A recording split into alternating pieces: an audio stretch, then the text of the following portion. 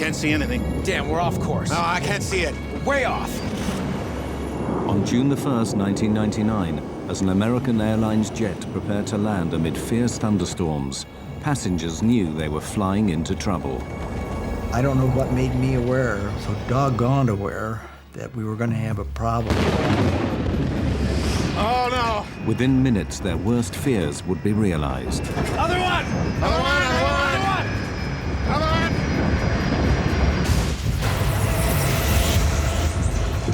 I'm yelling, get away from the plane. Run. Get away from the plane. I don't know where we're at, but there's a road that goes around the airport where we got a lot of people hurt. This film tells the story of a tragic and avoidable disaster. The investigation would reveal a lethal combination of pilot error, the devastating effects of severe weather, and a dangerous race to keep the plane on schedule. It would also uncover disturbing evidence of an industry-wide failing, one that could kill again at any time.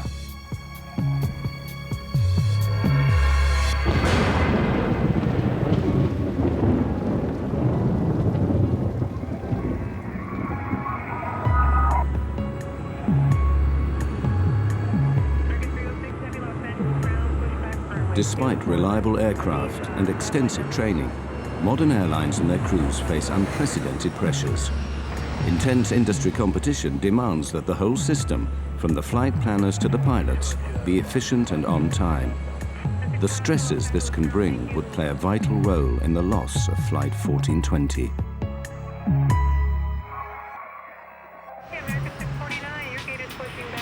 For a large operator like American Airlines, the pressures start with the complex task of scheduling their vast fleet.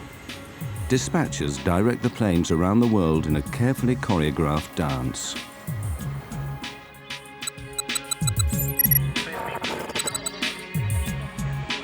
The strain of maintaining this efficiency affects the entire system. Of course, competition has become very intense, a lot of pressure on the dispatchers, pilots, flight attendants, and basically the whole infrastructure to accomplish the mission and make a dollar. Every effort is made to ensure that nothing disrupts these fragile schedules. But there is one variable that no airline can control: the weather.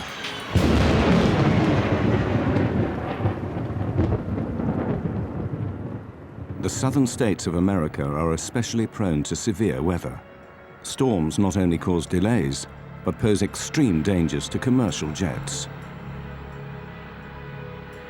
Delays, scheduling problems, and fierce thunderstorms would all conspire to turn a routine flight into a terrifying race against time. On June the 1st, 1999, American Airlines Flight 1420 is running late. The movement of the storms, everything is sliding to the southeast. So yes, we do have a stormy evening headed our way. The delay of Flight 1420 put pressure on the pilots even before takeoff. The responsibility can fall on flight crews to keep a tight schedule on track. Dispatch, please. Yeah, it's Michael Arago. Crews have strict legal limits on their duty time. The first officer warned the dispatcher that they were in danger of running out of time. Duty time limit at around 11:16. The flight had to take off in the next hour or be cancelled. The pilots also became aware of another pressure caused by deteriorating weather near their destination. Pilots had a weather briefing that they got before they departed Dallas-Fort Worth, which provided the forecasts, the weather alerts. The dispatcher and the captain preparing for the flight looked at the weather information and thought they could get to Little Rock before the thunderstorms impacted. The 139 passengers just wanted to get home. I was traveling with my son and my daughter. We were coming home from our vacation. It was my daughter's first flight. The plane was late and there were a lot of delays, of course. It was tiring, it was frustrating, it was late at night. They soon began to sense that Flight 1420 was racing against the weather. As they called for us to board the plane, they wanted us there and just to get on really quickly. Just get on, sit down, put your seatbelt on, we're going. They did mention that there was bad weather between us and Little Rock. They wanted to get ahead of the bad weather coming into Little Rock. Finally, over 2 hours behind schedule, Flight 1420 leaves Dallas. Unknown to the crew, the storms are already massing around Little Rock. 40 minutes later, 1420 is 100 miles from its destination. At this point, the voice recorder transcript reveals a calm and steady cockpit routine. American 1420, you gonna still want lower? So far, it's okay. So far, so good, ma'am. American 1420 will let you know. The first officer on American 1420 was a new hire. He had just recently completed training, and he had been paired on one of his first trips with this management captain. So now you had a very experienced pilot sitting in the left seat with the company, paired with a relatively new hire. Bushman and Origal are clearly relaxed as they plan their approach and landing. 25 for 24, set and armed. Think this stuff's gonna work out pretty well? Yeah, we're almost down to max landing weight. There's a moon out. Or a spaceship. Oh, it's the mothership. Center pump's coming off. All right. The pilots are keeping a close eye on the storms ahead. Onboard weather radar scans a cone-shaped area of sky in front of the plane. Potentially severe storms show up in red. There's your big what diddly. Yeah, we got to get over there real quick.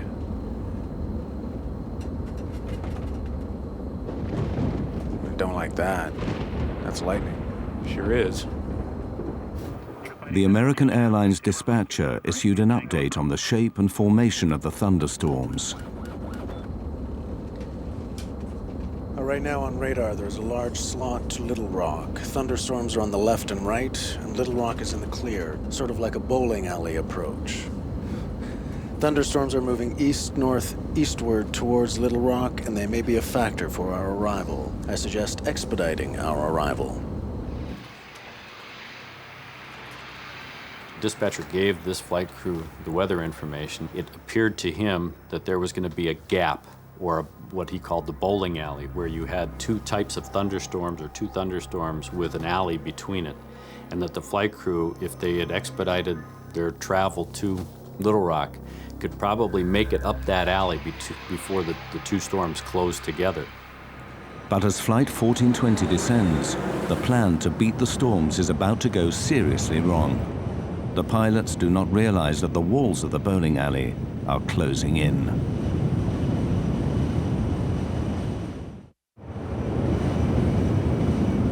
The route flown by American Airlines Flight 1420 is flanked by treacherous thunderstorms, a corridor the pilots call the bowling alley. With 80 miles to go, the path to Little Rock still appears to be clear. This is the bowling alley right here. Yeah, I know. In fact, there are the city lights. Straight there. You want to go down? Not yet, but pretty soon. We're about 80 miles from the airport, and we started our descent toward it. Quite a light show on the side of the aircraft, and we're going to be passing that on our way to Little Rock. It's been a pleasure having you aboard our short flight, and I'd like to take this opportunity to thank you for flying American Airlines. The lightning seemed to be on both sides of the plane. It lit up the inside of the plane. Very quick, you know, just kaboom type lightning, which was a little scary. There was quite a light show off to the left. Normally that doesn't get pointed out. If you go past the Grand Canyon, that gets pointed out, but not a lightning show.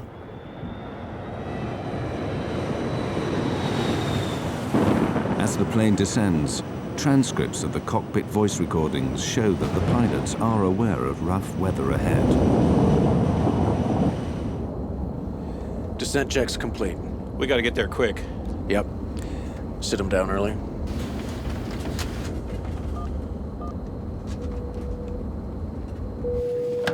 Hello? I think it's going to get a little bumpy here again, if you don't mind. Do we need to sit down? Well, how far through are you?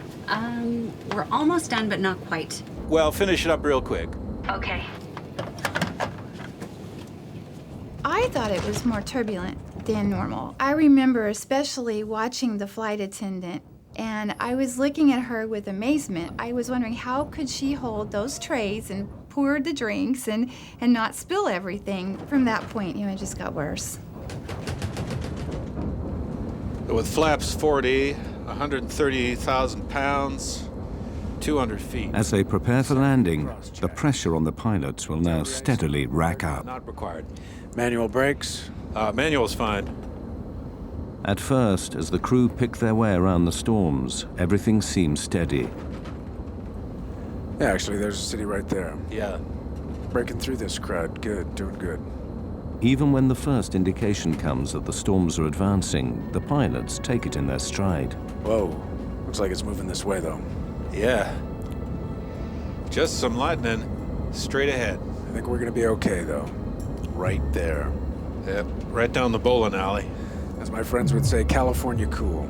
Cool. Peachy. Exactly. 1420 at 11.3 for 10,000. But when the pilots contact the controller at Little Rock, he gives the first of a series of alarming weather alerts. Roger. We've got a thunderstorm just northwest of the airport moving through the area now. Wind is 280 at 28, gusts 4-4, and I'll have new weather for you in just a moment, I'm sure. Gale force winds are gusting to 50 miles per hour, enough to blow tiles off a rooftop. High winds pose a severe hazard for Flight 1420. Crosswinds could make it difficult to control the plane on landing. The pilots must quickly determine if they're within safe limits. They calculate the strength of the crosswind from its angle to their final approach. All right, so that's 280 at 4-4. Gusts at 44. Right, near the limit. Well, it's 40 degrees off. I mean, you're not out of the limit because of the angle, but that's pretty close. The crosswind limit for landing is 30 knots on a dry runway, but Bushman and Oracle now become confused about what happens if it rains. Well, 30 knots is the crosswind limitation, but see, 30 knots... That's well, dry. Wet. Yeah, dry. What's the wet? 20. It's 25. The discussion is never resolved, and the crosswinds will soon be gusting well over the limit. Flight attendants, prepare for landing, please. The pilot's attention now returns to the bad weather ahead. He said the storm was to the northwest of the field? You said northwest. Yeah. Lightning strike, you said storm. But the task of tracking the storms is made more difficult by the lack of sophisticated radar at Little Rock. American 1420, your equipment's a lot better than what I have. How's that final for 2-2 left looking? What's that? We can see the airport, but we can just barely make it out. We should be able to make 2-2. That storm is moving closer like your radar says. But it's a little farther off than you thought. The controllers are going, well, your radar is better than mine, so forth. The controller in this accident had a monochromatic, or basically almost a black and white set of a radar, and could not determine the intensities of the storm. Just 8 miles from the airport, the pilots now face another key decision: how to approach the runway through bad weather. Controllers routinely ask pilots if they want to land visually, instead of relying on the airport's electronic instrument landing system, or ILS. But a visual approach means they must be able to see the runway, and this is proving difficult. No, we can't really make it out right now. We're gonna have to stay with you as long as possible. Now, as the wind suddenly changes direction, the pilot's problems quickly mount up. The wind's kind of kicked around a little bit right now. It's 330 at 11. Whoa. It's a little better than it was. Yeah, 330 is tailwind, though. The crew now face the problem of having the wind behind them when they land, greatly increasing the dangers of overshooting the runway. Then the controller calls in with more bad news. Right now, I have a wind shear alert. Wind shear is a sudden change of wind direction over a short distance. It is one of the most feared elements of a severe thunderstorm. To combat constantly shifting winds, the pilots are forced to throw away their previous approach plans and start again. They have to reverse the direction of their approach, so they will be landing into the wind. Yeah, we're gonna need, We would rather go into the headwind, sir.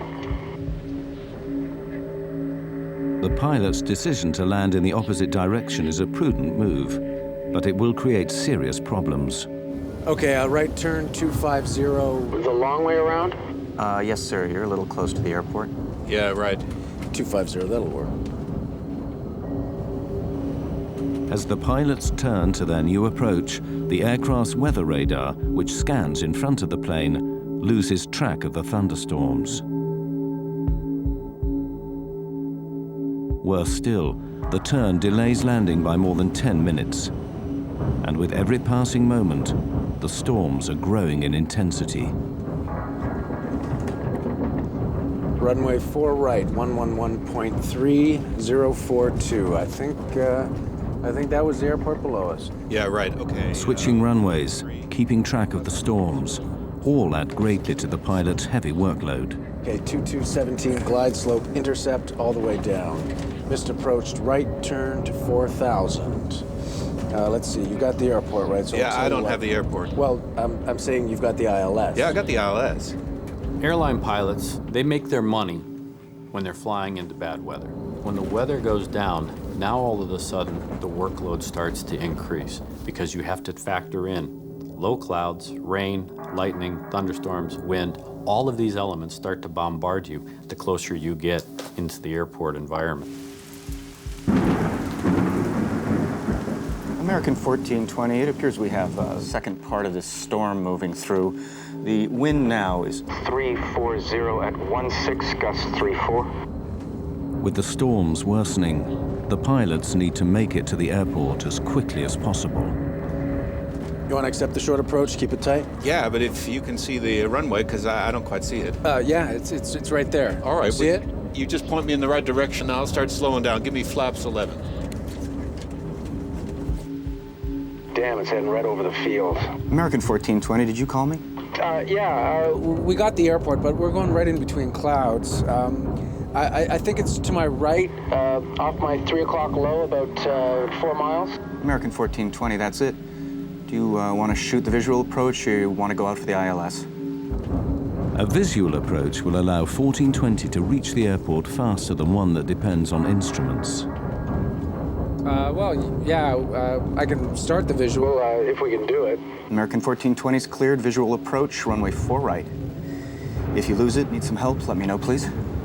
But a visual approach means the pilots must keep the runway in sight at all times. The transcripts now reveal rising confusion on the flight deck as the captain struggles to fix the position of the airport. Okay, did you notice something? Did you see the airport there? Where? There, okay, right. You're on a base for it, okay? It's right there. Well, I'm on a base now? It's like a dog leg. We're coming in, and there it is, right there. I lost it. You're downwind of it. It's right there. Well, I still don't see it. Just vector me. I don't know. American 1420, monitor 118.7, runway 4 right, cleared to land. The wind now 330 at 21. 18.7 will monitor, American 1420, thanks. Cleared to land, runway 4. See those red lights there. Now, what are they in relation to? There's the runway. There's 2 runways. Yeah, I know. See, we're losing it. I don't see how we can maintain visual. The pilots now have to abandon their direct visual approach and request help from Little Rock's instrument landing system. But this delays landing even further. Approach, American 1420. American 1420, yes, sir. Yeah, there's a cloud between us and the airport, and we've lost the field. We're on a vector. Well, basically we're on the last vector you gave us. Which is like a dog leg, it looks like. American 1420, can you fly heading 220? I'll take you out for the ILS. This news footage shows the storm on the night of the crash. As heavy rain cuts visibility even further, Captain Bushman becomes frustrated. See, I hate droning around visual at night in weather without having any clue where we are. The thing that was really getting to me was I knew we were getting very low. I knew that the rain was not letting up and that we were being jolted around quite heavily. See how we're going right in the middle of this crap. Right. Approach American 1420. I know you're doing your best, sir, but we're getting really close to this storm, and we'll keep it really tight if we have to. The plane was rocking and rolling at that point. It was pretty doggone unstable. I don't know what made me aware, so doggone aware, that we were going to have a problem. I don't know what did that. As Flight 1420 lines up for final approach, they are heading straight into the heart of the thunderstorm. The crisis for the flight crew is about to get even worse.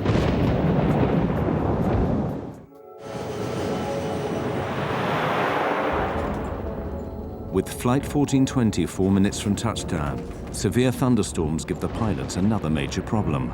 Blinding rain and thick cloud are obscuring the airfield. The visibility on the runway, known as RVR, is getting dangerously low.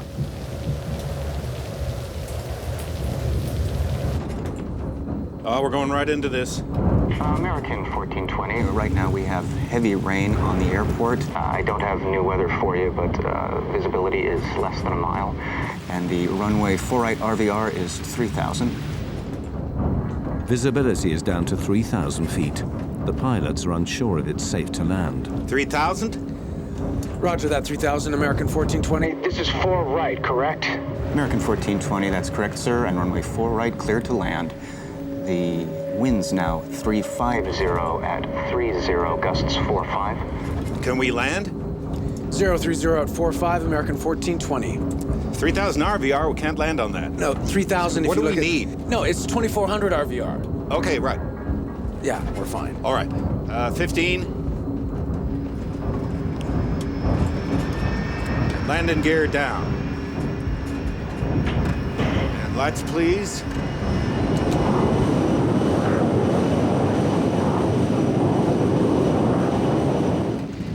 As we descended through a very dark black cloud. The rain seemed to be going horizontal. It was windy enough, apparently outdoors, that the plane was moving around a lot. I'd never done this before. I buckled up really tight, almost uncomfortably tight, and I was concerned enough. I put my shoes back on and got ready to go. There was something going on that made me very nervous. The crosswinds are way over the limit. The pilots could divert to another airport, but they don't, even as the weather gets worse. Wind shear alert. Center field wind 350 at 32. Gusts 45. North boundary wind 310 at 29. Northeast boundary wind 320 at 32. The jolts seemed to be much stronger than I'd ever felt. You could tell that the thunderheads were extremely close to the plane. I said words to the effect that if he tries to land in this weather, we'll crash. Flaps 28. Add 20. Then visibility falls drastically below the limit. American 1420, the runway 4 right RVR is now 1,600. Damn. The crew are rattled. Under pressure, they begin to make mistakes. Can't see anything. Looking for 460. It's there. Couldn't see anything. The wind was throwing the plane around so violently. I think it was enough of a crosswind that I was afraid we were going to land on the wing. We felt like we were going to tip over. I mean, it just felt that bad. You want 40 flaps? Yeah, I thought I called it. I knew the way he was jockeying the plane and the sounds of the engines that he was trying to get lined up for the runway, and I couldn't see it, and I couldn't see it, but I could tell we were close, and I kept thinking, where's the runway? 1,000 feet. 20. 40-40 land. This is a can of worms. Wind is 330 at 28. I'm gonna stay above it a little. There's a runway off to your right. You got it? No. I got the runway in sight. You're right on course. I got it. Stay where I got it. Most of the people at that point in the plane were just holding on really tight, just looking forward. I mean, like rigid. I suspected the worst. I mean, I really did. We might not get down.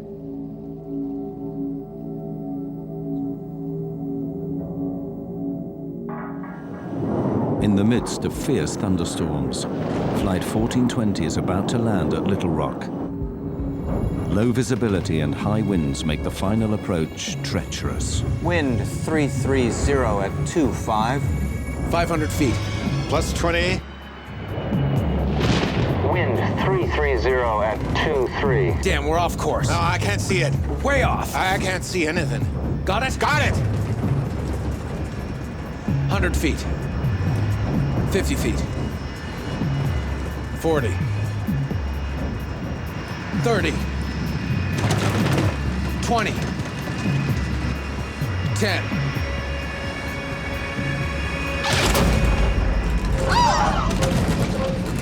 We hit the runway real hard. We didn't slow down. We're down. We're sliding. Oh, no. We were still going very, very, very fast. And at that point, I thought, we're dead. On the brakes!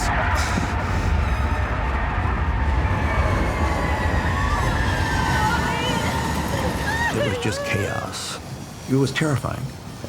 Quite literally terrifying. Other one! Other one, other one!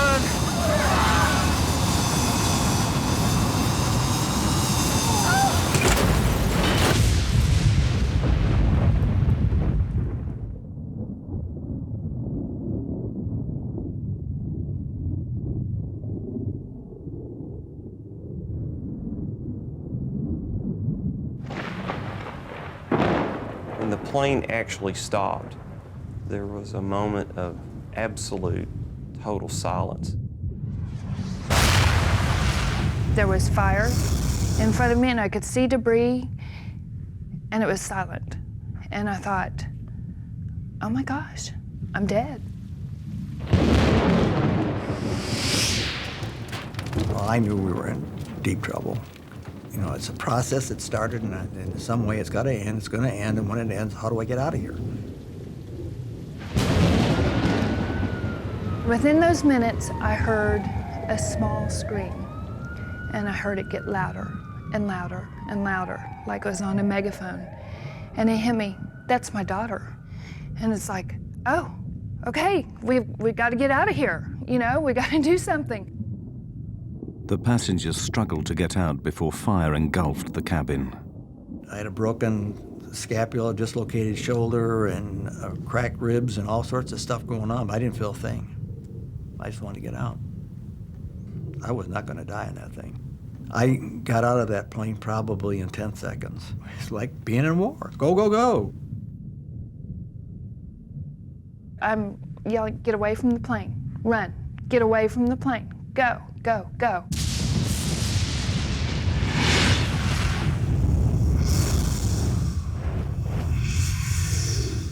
Some folks looked like they'd been in an explosion. Their clothes were tattered. I saw a man using his cell phone to call for help. Okay, I don't know where we're at, but there's a road that goes around the airport. Well, we got a lot of people hurt.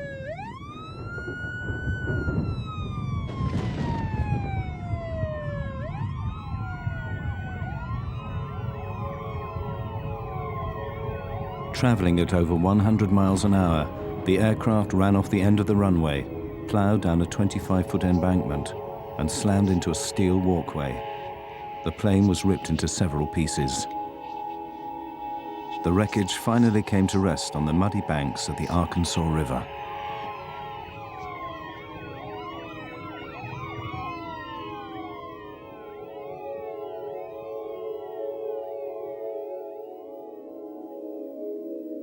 Ten passengers died in the crash. Captain Bushman was killed instantly when the cockpit was split open by the steel walkway.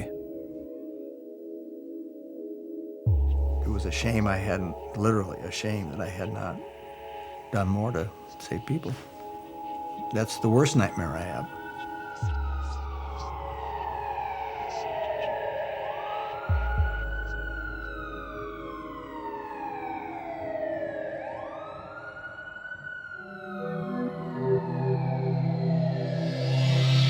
The U.S. National Transportation Safety Board was immediately notified.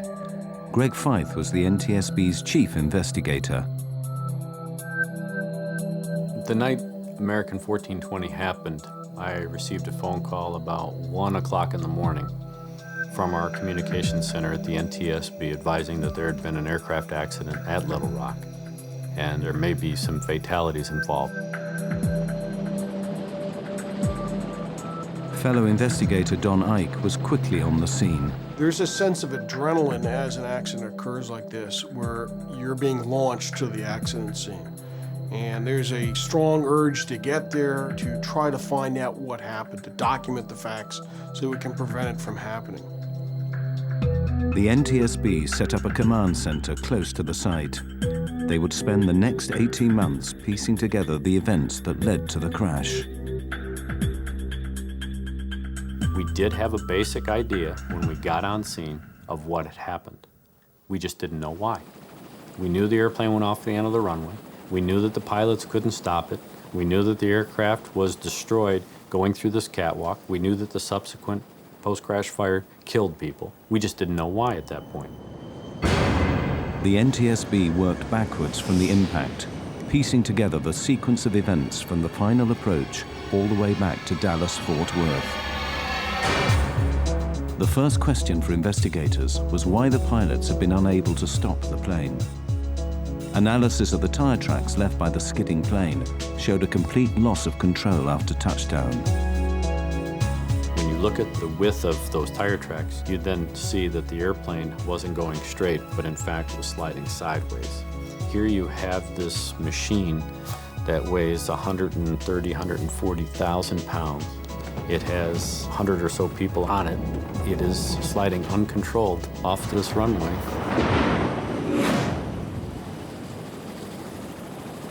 Something had gone terribly wrong on landing, and investigators had to find out why. They questioned the survivors of Flight 1420, who would provide an extremely important clue.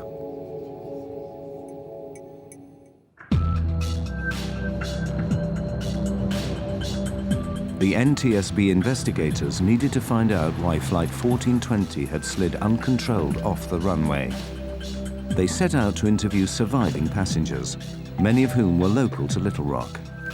Their eyewitness testimony would point the inquiry towards the most important mechanical system used to slow a plane down after landing. We were really interested in were those passengers that were sitting in a position right near the wings who could look out the windows and tell us whether they saw the ground spoilers deploy. Spoilers are large flaps that flip up on landing, literally spoiling the airflow over the wings. This prevents them from giving lift and allows braking to take effect. Crucially, none of the passengers saw the spoilers deploy. To check their testimony, the NTSB examined information from the airplane's black boxes. The flight data recorder, which monitors the systems on board during flight, confirmed that the spoilers had failed to deploy.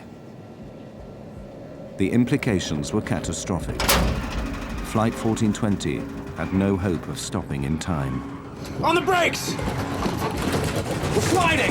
Oh no!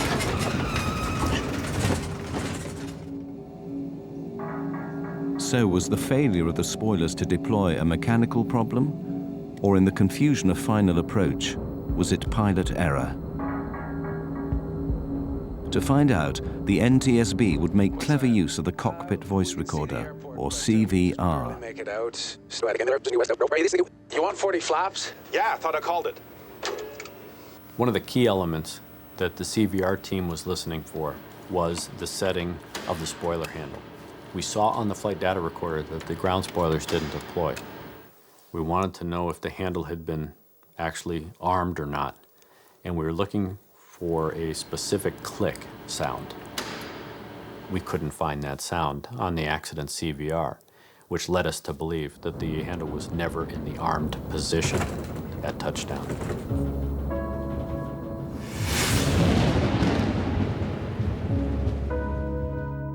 Intensely busy in the cockpit, the pilot simply forgot to arm the spoilers. Had they deployed, the MD-80 aircraft might have overshot the runway, but it would have stopped before hitting the catwalk. The pilots had made serious and ultimately fatal errors, but investigators wanted to know why. They suspected that pressures earlier in the flight led to these mistakes. They turned their attention to the weather.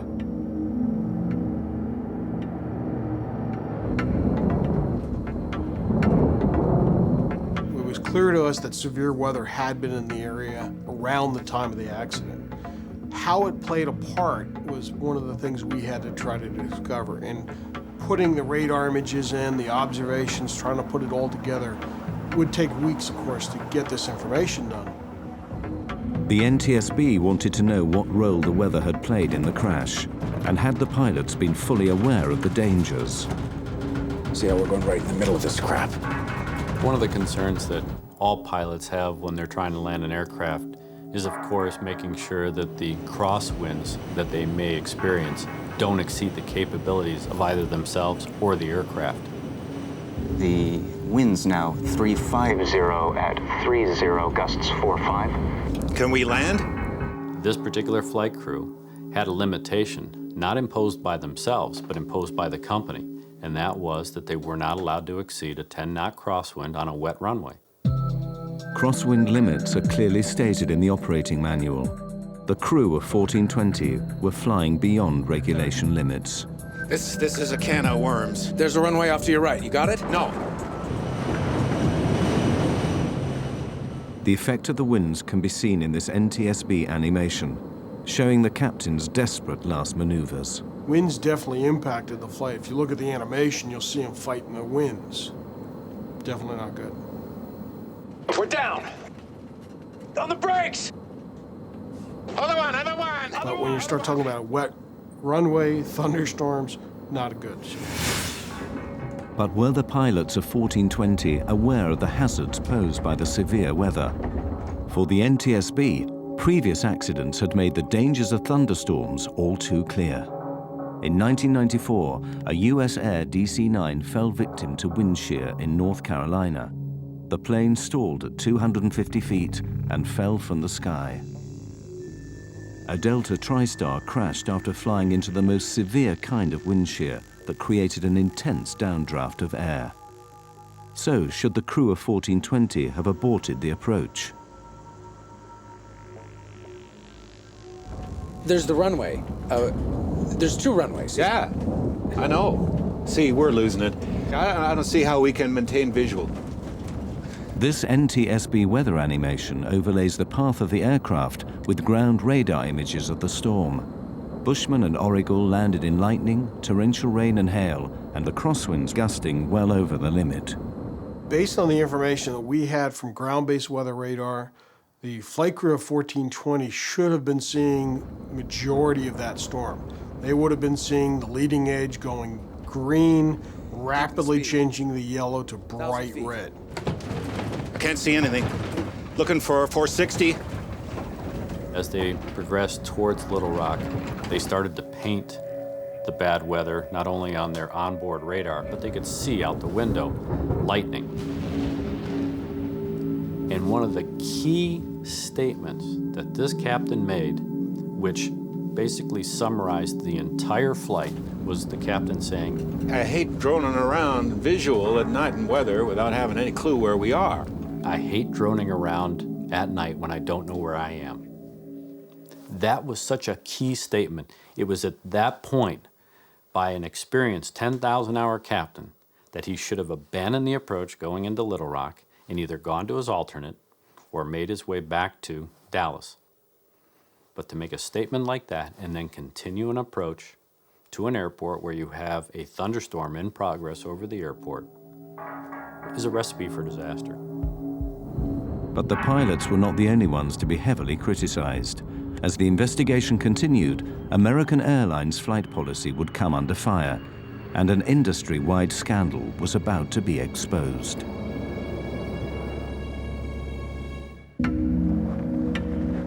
For months after the crash of Flight 1420, the NTSB dug deeper into the circumstances surrounding the accident. The question was, who would take responsibility? American Airlines were reluctant to admit that their pilots had knowingly flown into a severe thunderstorm. Initially, they tried to pin the blame on the controller at Little Rock. Americans started legal action against the authorities responsible for airport controllers. Americans' lawyers claimed that the crew of Flight 1420 had not been given all the current weather information. American 1420, your equipment's a lot better than what I have. How's that final for 22 left looking? But after interviewing the controller at Little Rock, investigators were unconvinced. It's highly unlikely that the flight crew wasn't sufficiently informed about the nature of the weather and the severity of the weather, not only en route, but of course during the course of the landing at Little Rock. The focus turned back on the pilots. Lawyers representing the passengers were determined to get American Airlines to accept liability for the crash. I mean, it is about money in a way, because you want to make them pay. Because I saw the letters that they would write back to my lawyer, minimizing what we had been through, minimizing my daughter's burns, cuts, the psychological effects it had on my son at age 15, and my daughter and me, and just minimizing everything. So you want to find a way to hurt him. Renee Solomons and many other survivors attended the NTSB public hearings held in Little Rock 8 months after the disaster. With the captain dead, the co-pilot was the first to testify. As we went off the end of the runway, I could see the runway lights coming up, and I knew we were going off the end of the runway. I couldn't see anything in front of us, and all I thought was the gear would collapse, and we would continue to slide. It's got to be okay. And then all of a sudden, I felt the impact. I followed it as close as I could. You bet. I mean, I wanted to know what happened. I went to all of the NTSB hearings. I was outraged. I was mad. For me, they didn't ask him the right questions. You know, I wanted to ask him, what were you thinking? Why did you all play chicken with our lives? The co-pilot's testimony was highly controversial. In his account of the final moments of the flight, he claimed to have told the captain to abort the approach, otherwise known as a go-around. Who can call for abandoning the approach? Either pilot. Did you call for a go-around at any time? Yes, sir, I did. It sounds like after reviewing the tape, you can definitely hear the go and the around. It seems like he talked the same time I did, and I looked over at him, and he brought the airplane back on course. However, when NTSB specialists studied the cockpit voice tapes, they couldn't hear this statement. Damn, we're off course. No, I can't see it. Way off. Even though he stood by that statement, we could never validate it. That led to a controversial finding because we weren't really sure if that took place or not. The NTSB asked tough questions of the co-pilot, but was American Airlines training also at fault? Greg Fythe put an American Airlines manager on the stand. What were the company rules for pilots flying near thunderstorms? When asked the question, he basically responded that he just didn't want his pilots flying into that type of weather. Our pilots are forbidden to enter or depart a terminal area blanketed by thunderstorms. To the NTSB, this policy simply wasn't clear-cut enough. Well, that's a very subjective call for a pilot. Pilots need boundaries. You have to set limits. If there's convective activity, that is thunderstorm activity, it's within 5 nautical miles of the airport. There's lightning, there's wind shear. Don't go there.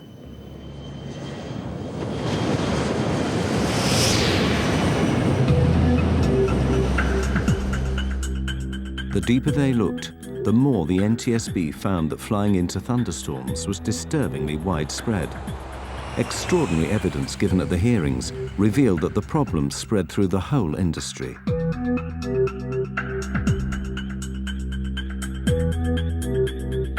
Expert analysts from MIT spent weeks recording the flight paths of planes landing at Dallas-Fort Worth. They waited for thunderstorms and watched how pilots reacted. Their animation plots the planes coming into land, overlaid with radar images of the storms. Anything yellow or orange is a potentially severe thunderstorm. Of the 2,000 encounters with thunderstorms, 2 out of 3 pilots flew into the storm and landed their aircraft. I was very surprised by the testimony at the public hearing, given the fact that they're flying the best equipment, typically have the best training, have the best information available to them. For those decisions to be made to continue into harm's way, it was very surprising to me that they tried to do that. Pilots know that if we go into that thunderstorm, we may not come out of that thunderstorm, and if we do, it may not be basically in one piece. Why did so many pilots fly into danger? The MIT researchers found pilots were more reckless if they were behind schedule, if it was night, and if aircraft in front of them were also flying into bad weather. In the Little Rock case, 2 of those 3 elements were present. It was night, and they were running late.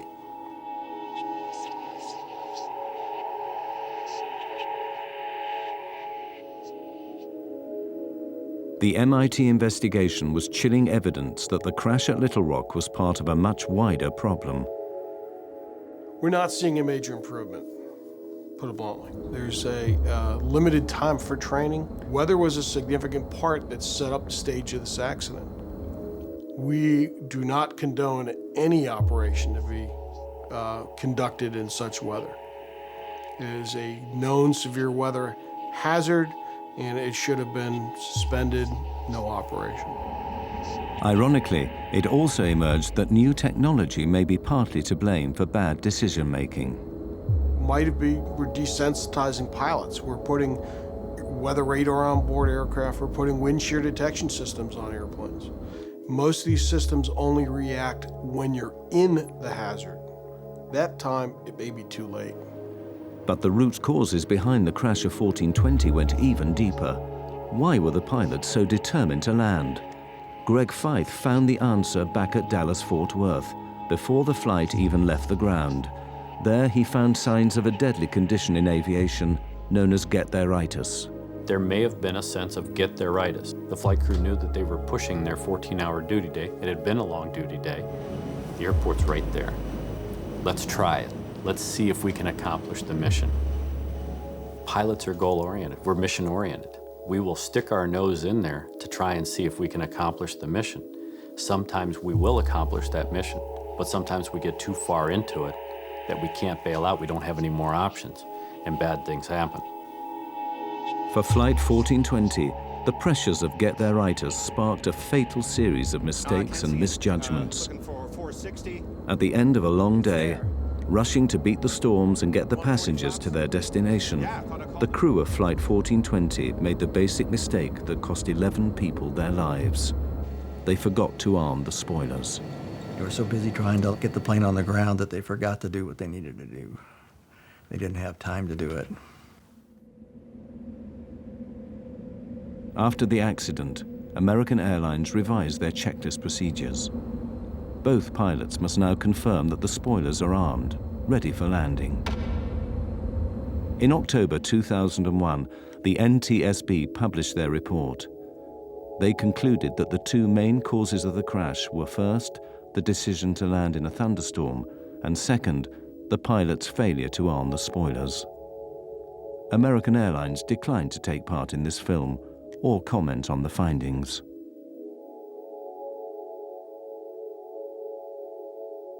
As an investigator, I had over 2 years to basically criticize and determine what the captain was trying to accomplish.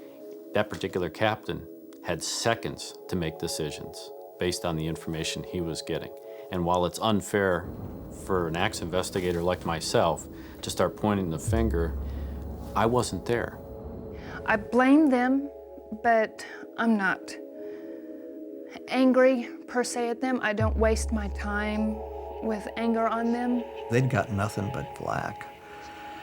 You can understand it, but I can't understand a person, wanting to kill himself either. We've been out and visited his grave at the Air Force Academy a couple, 3 times, and the guy just got caught up in a bad situation. I mean, been there, done that.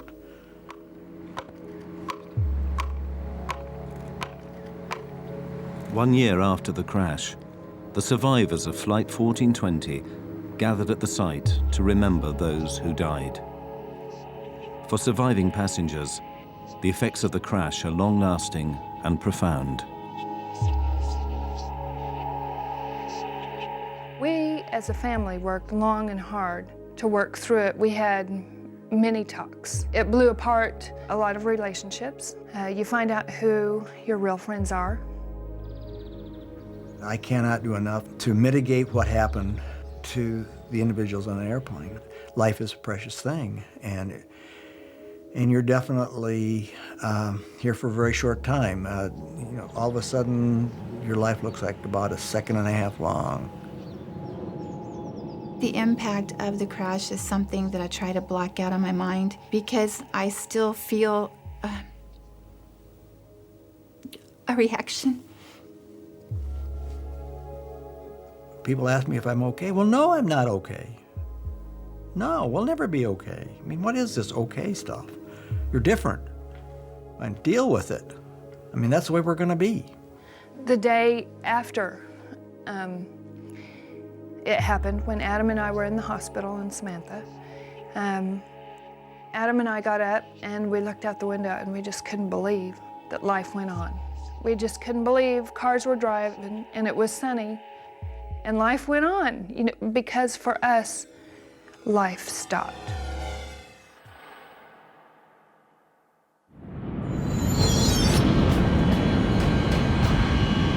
Avianca Flight 52 is in trouble. The crew is exhausted. They're over New York City and almost out of fuel. Are we cleared to land now? Yes, sir, we are cleared to land. Tell me things louder because I'm not hearing it. They're cleared to land. Soon the nightmare will be over. Gear down. Glide slow! Concentrate 500 feet. The captain desperately searches for the runway at Kennedy Airport. Lights! But he can't find it. The runway, where is it? I don't see it. I don't see it. Now they're battling violent wind shear. This is the wind shear. They're going to crash. With the landing gear up, landing gear up! The plane has hardly a drop of fuel left. They cannot land. Flight 52 is about to crash somewhere over New York. How could that happen? Even the world's finest air crash detectives will never agree about who is to blame. Relevance of testimony. Southwest of Kennedy Airport, with a track brought up.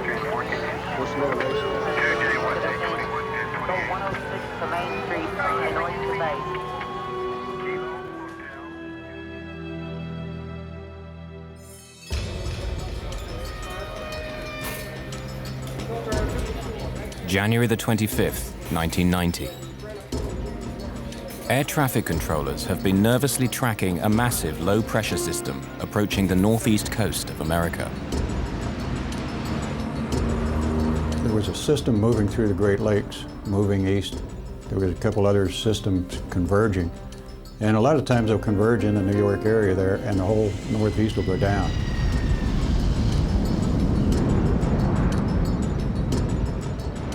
The weather is already near the safe minimum to land a plane. Flights will have to be cancelled or delayed. The terminals will be choked with thousands of angry passengers.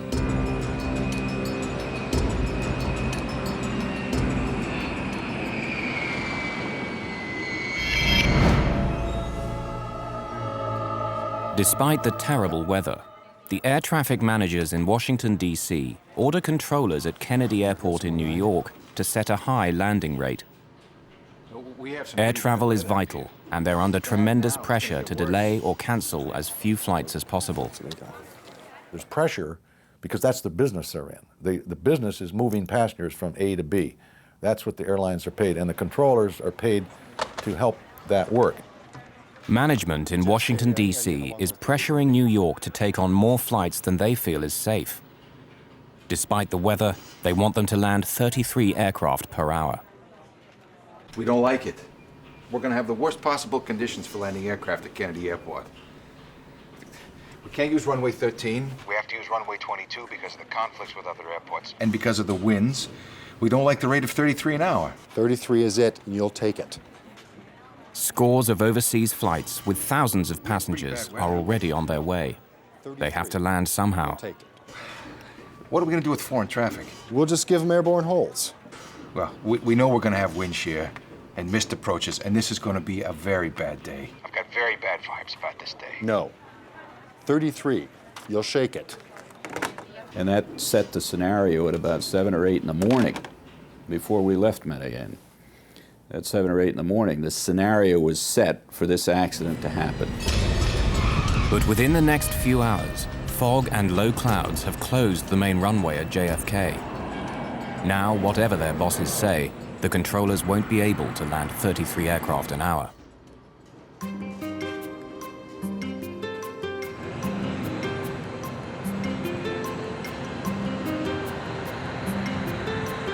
"2,400 miles to the south in Colombia, it's a warm, sunny day with not a cloud in the sky. Avianca Flight 52 is now boarding passengers for New York. Among them, Miriam and Luis Montoya and their 2 young daughters. I remember during that day in the morning, before we boarded the flight, I talked to a friend that was going to pick us up at the airport in New York. He told us the weather conditions were bad. The temperature was very low, and it was rainy, and it was going to be foggy. After a short business trip, Nesta Zarata is traveling home to New York. I received a telephone call telling me that if I could be in the airport in half an hour and not ask any questions or request anything, I would get on the direct flight to New York. In the cockpit, flight engineer Matthias Moyano monitors the loading of over 13,000 pounds of fuel, making a total of 80,000 pounds. Enough for the journey, plus an extra 2 hours flying time. Bianca 052 Heavy, request clearance for takeoff, runway 11. Just after 3 o'clock in the afternoon, Avianca 52 takes off from Medellin with its maximum allowable fuel load. The Colombian airliner heads north for the United States with 158 passengers and crew.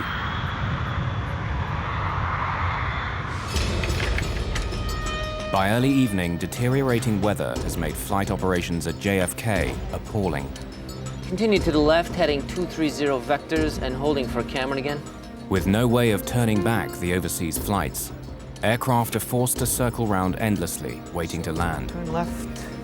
There is a wind shear alert on final at 1,500 feet.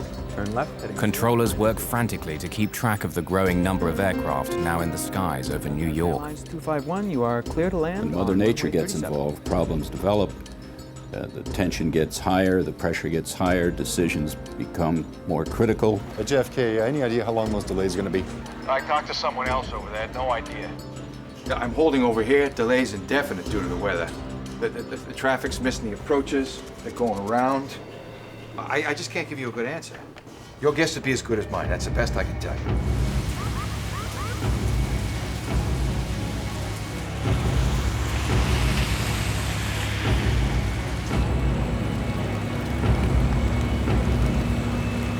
JFK Airport in New York now only has one runway for landing, and aircraft are queuing up to use it. In the near blackout conditions, several planes have to abort their landings, which only adds to the delays. On Flight 52, they know none of this. The crew neither receives nor requests the weather for New York or for their alternate airport, Boston. In this case, Avianca 52 had the capability of calling several different stations or could have called their own dispatch operation in Miami and got an update on the weather. We don't really have any evidence that they checked with anyone to get the updated weather for JFK and their alternate Boston. It's inconceivable to me that someone with a responsibility of other people's lives would fly into a deteriorating condition without checking about, hey, do we have a way out of this place? Avianca 52 enters the airspace near Norfolk, Virginia. After 4 hours in the air, New York City is now less than 40 minutes away. 51-year-old Captain Laureano Caviedes is a seasoned pilot who's been flying with Avianca for 27 years. But his English is poor. All communications with air traffic control will be handled by the 28-year-old co-pilot, Mauricio Klotz.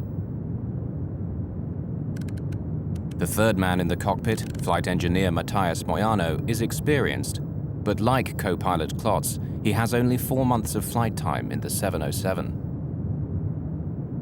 They were a highly experienced flight crew who had been into New York several times previously on behalf of Avianca. So they were familiar with the route and the procedures, and highly experienced pilots.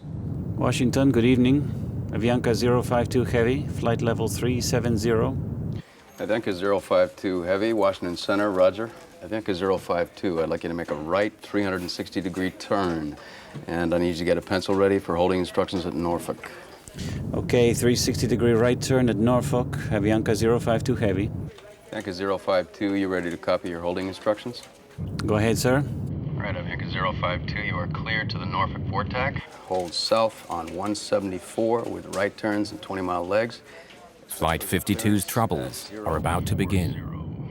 They're being diverted out over the Atlantic Ocean near Norfolk, Virginia, and placed in a holding pattern. Here, the aircraft will fly an elliptical racetrack pattern while it waits for further instructions from air traffic control. They don't know about the bad weather ahead, but with enough fuel for more than 2 hours of flying, there's no cause for alarm.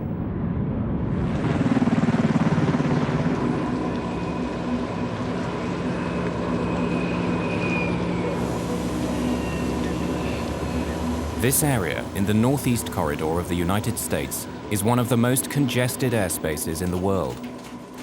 Incoming traffic from overseas is routinely directed through a pipeline of controllers before being cleared to land at one of 3 major airports in the New York area: JFK, LaGuardia, and Newark.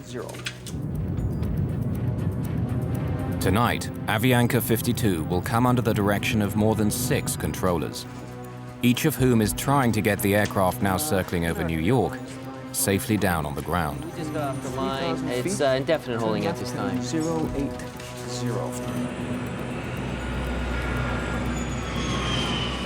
We just had 3 missed approaches on 22 right. We just went below the minimums. We just had 4 misses on 22 right, which is our primary runway. The visibility is getting worse, and it's worsening. All right, how many are you holding? Well, we're still holding the 12 or 13 we had earlier. We're expecting some pretty lengthy delays in another hour or so. While air traffic controllers try to cope with the increasing backlog of flights, Avianca Flight 52 circles for 19 minutes over the Virginia coast, waiting for permission to continue its journey to New York. Avianca 052, expedite descent through level 33.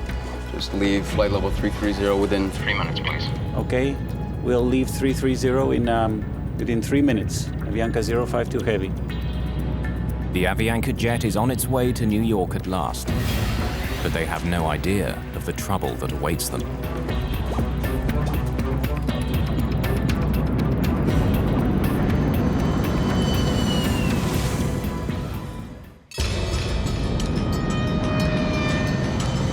Avianca Flight 52 is on its final approach to New York, unaware that conditions for landing at JFK are barely above the safe limits to land a plane. It's a pitch-black night with heavy mist, rain, and sudden violent winds. This is Central. I was wondering how your weather was doing up there. It's pretty bad at this point. We got all sorts of wind shears and missed approaches. Due to not seeing a runway? You're still trying on a 30 rate. Yeah, rather unsuccessfully at this point. The winds are starting to pick up. 20% of the guys attempted approaches went on to miss. When the northeast goes down, it goes down. It goes down for a big area. And a lot of quick decisions have to be made. You just can't say, wait a minute, stop. Everyone's en route. The plane has now almost used up the fuel planned for the journey and will shortly start eating into its reserves.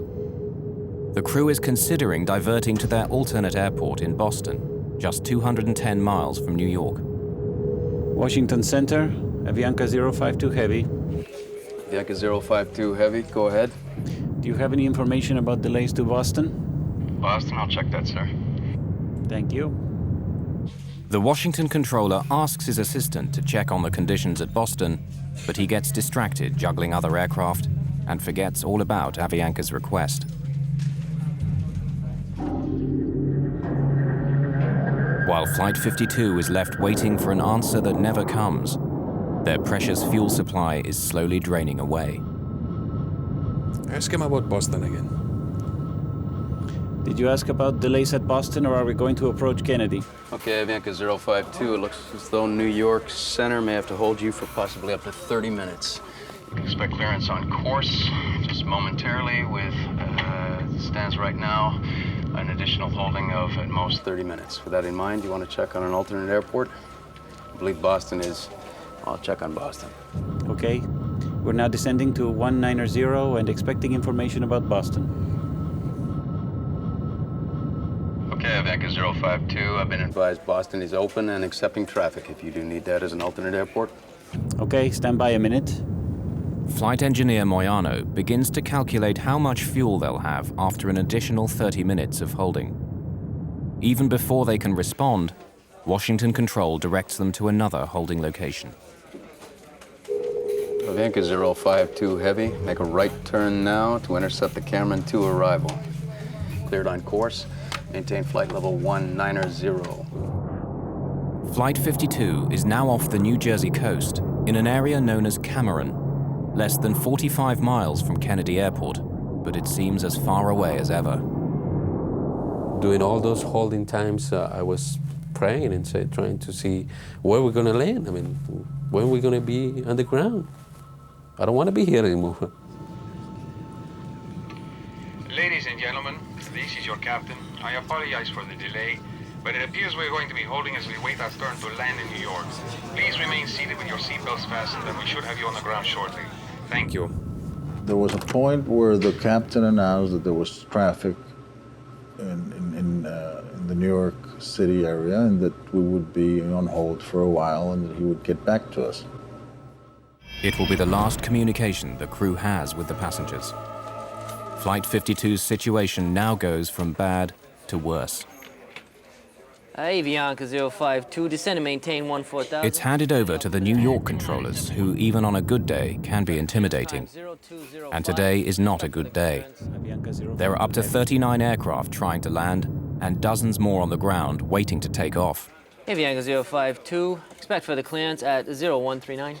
Avianca 052 Heavy, roger.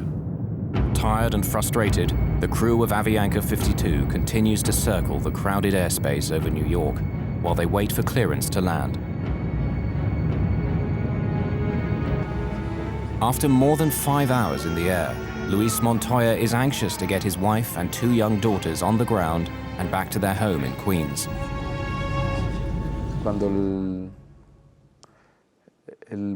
As the flight started to prolong, we started to feel uneasy.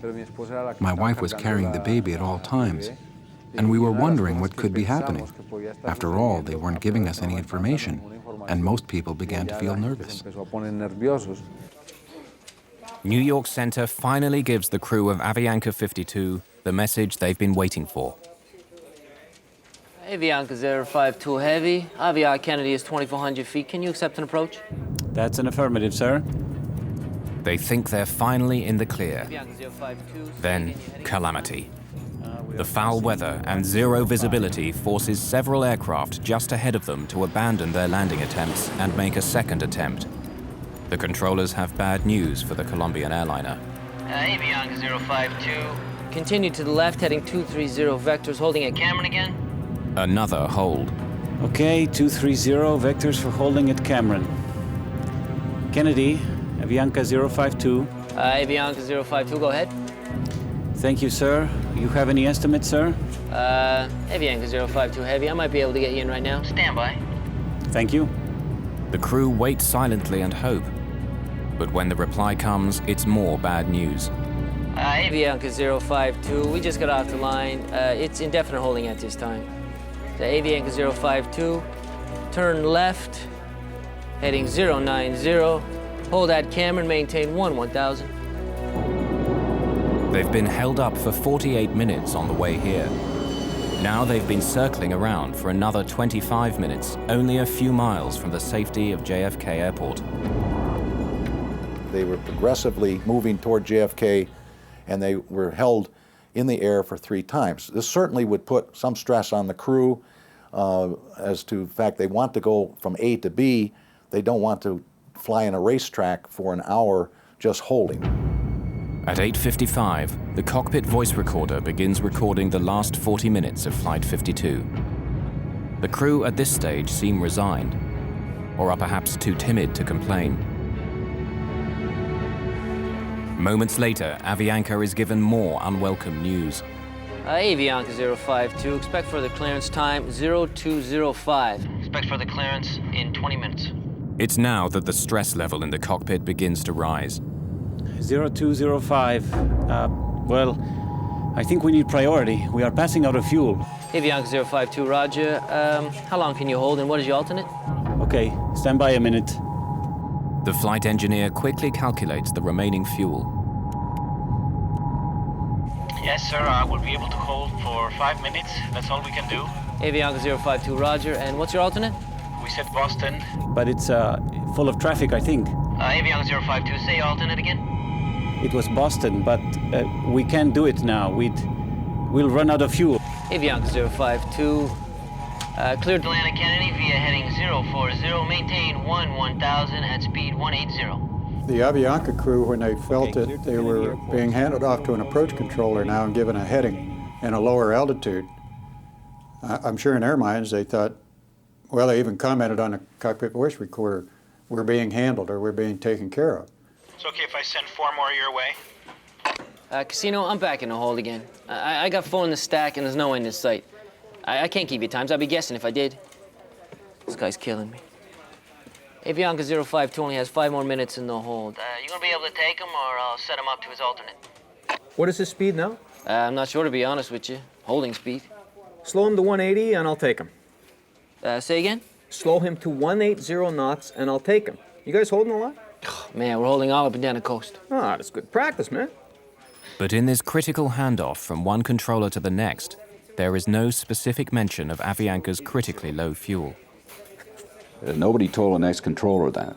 So the next controller, when Avianca came in on the frequency, the controller just said, right, I've got you, proceed to Kennedy, or I'm going to put you in a hold, and put him in a holding pattern over the last approach fix. The options were gone. Now the aircraft could only get into Kennedy.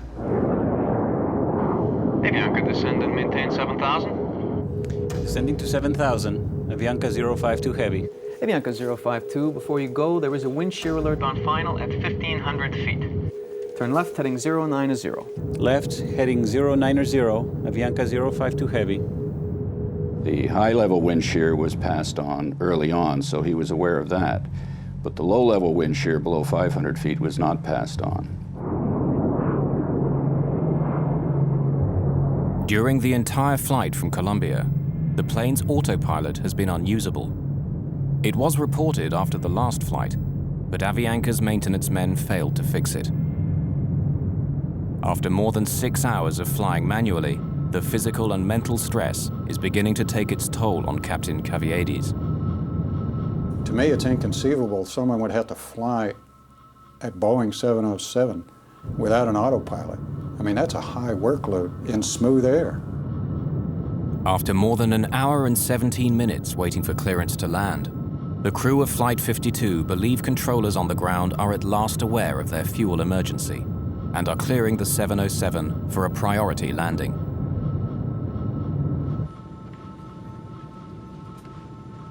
In the cabin, the flight attendants and passengers have no idea that their plane is dangerously low on fuel.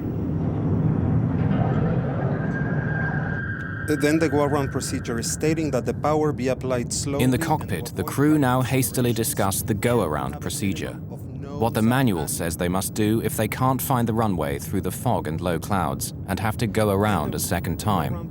It's standard procedure. Power be applied slowly and to avoid rapid accelerations and to have a minimum of nose-up attitude. To maintain what?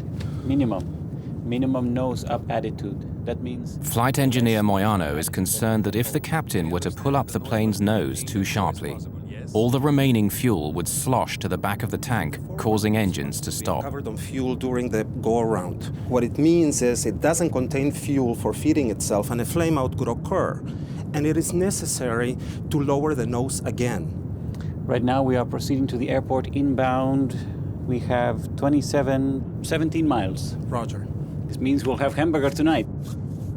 Avianca, descend and maintain 3,000. Descend and maintain 3,000. Avianca 052 heavy. 3,000 feet. They got us. They're already vectoring us. No, they are descending us. And they are giving us priority.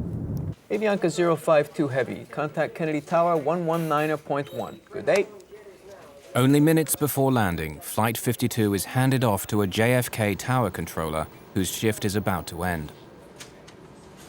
Avianca 052 Heavy, Kennedy Tower 22 left. You are number 3 following 727 traffic on a 9-mile final. Avianca 052 Too heavy, roger.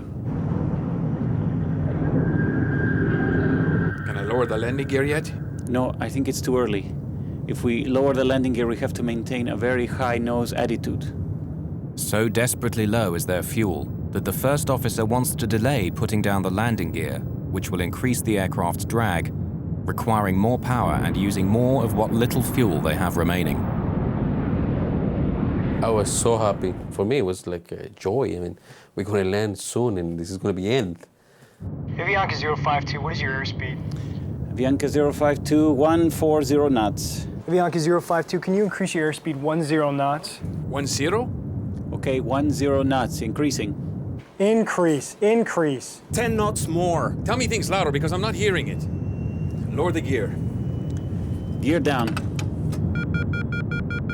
Avianca 052, 22 left, wind 190 at 20, cleared to land. Clear to land, Avianca 052 Heavy. Wind check, please. 190 at 20. With the weather deteriorating and flying on fumes, the crew of Flight 52 will have only one chance of getting their 149 passengers safely on the ground. Avianca 052, say airspeed. 145 knots. Are we cleared to land now? Yes, sir, we are clear to land. Stand by. Flaps 50. Landing checklist complete. It was extremely important that Avianca 52 landed on their first approach, JFK. The voice recorder revealed that the captain was certainly quite concerned about the fuel state, and he was talking aggressively with the first officer, putting out flaps, getting the airplane configured. The flight engineer had to know they were out of fuel. And when they came in for their first approach, it was time for the flight engineer to say, this is the only approach we're going to be able to make. And he didn't. Give me 50. Flaps 50 now. All set for landing. Standing by for lights. Slightly below glide slope. 1,000 feet above field. Instruments cross-checked, slightly below. Stand by for lights. Stand by. The wind is slightly from the left, 190 to 20. Below glide slope. With about 10 minutes of fuel remaining and just 2 miles from the runway, Flight 52 finds itself flying into violent wind shear, forcing them to slow the plane down. They were getting like 60 knots of wind on the nose. And then as they descended on down through about 500 feet to the ground, they were down to 20 knots. So that's 40 knot change and 1,000 feet of elevation. That's a lot. This is the wind shear. Now the wind changes direction. It's pressing them down towards the ground. Glide slope. Glide slope. Sink rate 500 feet. Glide slope. The captain desperately searches for the runway, but it's shrouded in low clouds and fog. Terrain. Lights! The runway, where is it? I don't see it. I don't see it. The plane's warning system is telling them that they're about to crash.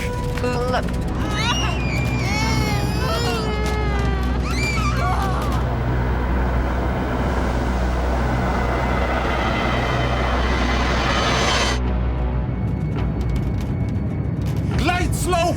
Sink rate 500 feet. Just 2 miles from touchdown, Flight 52 has been caught in violent wind shear.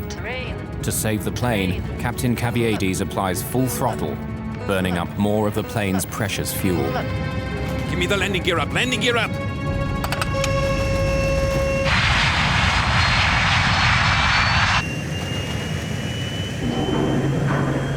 The airplane was about 200 feet above the ground, about 2 miles from the runway, which was well below the glide slope and very dangerous. So the airplane almost crashed on its first approach. When you get a missed approach, now it changes the whole ball game. Request another traffic pattern. Executing a missed approach. Avianca 052 Heavy. The operation of pulling the plane up in the missed approach was a very violent one. It was a very steep climb. So we were all thrown back by gravity towards the back of our seats. Something's going on here. Anything, we're going to crash. This is terrible. I mean, we start praying, but then I pass out. I couldn't handle it anymore. As Captain Caviedes pulls back hard on the yoke to climb to safety, the 707's remaining fuel is forced to the back of the tank and away from the fuel pumps. You cannot accelerate the aircraft forward rapidly, and you shouldn't pitch it rapidly. Smooth with the nose. Smooth with the nose.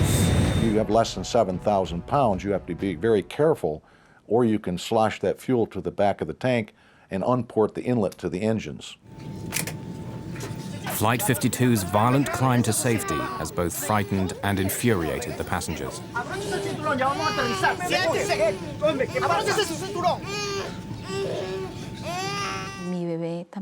My baby Daniela also started to feel uneasy and began to cry. We began to get the feeling that something was about to happen. I buckled up with the baby just in case there was a problem. She's very little, and I was concerned that my weight could have crushed her. I had her in my arms, and we began to say the Lord's Prayer. I don't know what happened with the runway. I didn't see it. I didn't see it either. I didn't see it. Avianca 052, you were making a left turn, correct, sir? Tell him we are in emergency. 2,000 feet. That's right, to 180 on The heading, and we'll try once again. We are running out of fuel. Okay. What did he say? I already advised him that we are going to attempt again. Advise him we are in emergency. Do you tell him? Yes, sir, I already advised him. But the tower controller, at the end of his shift, transfers Avianca 52 to his counterpart in approach control. They'll have to begin all over again. Contact approach on 118.4. Approach, Avianca 052 heavy. We just missed a missed approach, and we are maintaining 2,000. Flaps 14. Avianca 052 heavy, New York. Good evening. Climb and maintain 3,000. Advise him we don't have fuel. Climb and maintain 3,000. We are running out of fuel, sir. Okay, fly heading 080. Did you already advise him we don't have fuel? Yes, sir, I already advised him. We are going to maintain 3,000, and he's going to get us back. As they get back in the pattern and circle the field and come back in again. That again adds to the traffic jam that was being created at Kennedy Airport. Avianca 052 heavy, I'm going to turn you about 15 miles northeast and then bring you back onto the approach. Is that okay with you and your fuel? What did he say? The guy is angry. I guess so. Thank you very much. These guys were out, and they didn't say we were out. And he allowed the approach control to vector them way out in the original pattern and 15 miles north of the outer marker again. Flight 52 was instructed to fly a long approach pattern for another landing attempt. The plane is down to its last dregs of fuel as the crew waits for final clearance from ground controllers. In their minds that they were being handled and taken care of, and they had enough fuel to go around and shoot the approach. But on the way, they were given a 360 turn because of traffic spacing. And then they were run way out towards Long Island and vectored all around, which was equivalent to holding for another 15, 20 minutes. Did you get clearance yet? Can you give us a final yet? Avianca 052 heavy. Avianca 052. Affirmative, sir. Turn left, heading 040. Climb and maintain 3,000. Negative, sir. We are running out of fuel. Okay, turn left, heading 310, sir. Set flaps 14. Okay, and you're number 2 for the Approach. I just have to give you enough room so you can make it without having to come out again. Okay. We're number 2 and flying 360 now. Avianca 052 heavy, turn left, heading 330. The lights in the aircraft start to flicker, a sign that the engines are being starved of fuel. 330 on the heading, Avianca 052. Once there's no fuel flowing through the pump out of the tank, an amber light comes on to tell you that tank is empty. Flame out! Flame out on engine number 4! Flame out on it! Flame out on engine number 3! Show me the runway. The passengers can hear the sound of the engines beginning to shut down. When the engines went off, I looked over to the lady that was sitting next to me, and I asked her to give me her hand. And I philosophically accepted, I might die here. This is it. Avianca 052, we just lost 2 engines and we need priority, please. Avianca 052. Turn left heading 250, intercept the localizer. 250, roger. Select the ILS. ILS. Avianca 052, you're 15 miles from the outer marker. Maintain 2000 until established in the localizer. Cleared for ILS 22 left. Roger, Avianca. You select the ILS. It's ready on 2. When all the engines flame out and the generators fall off the line, a considerable amount of power is lost, electrical power is lost.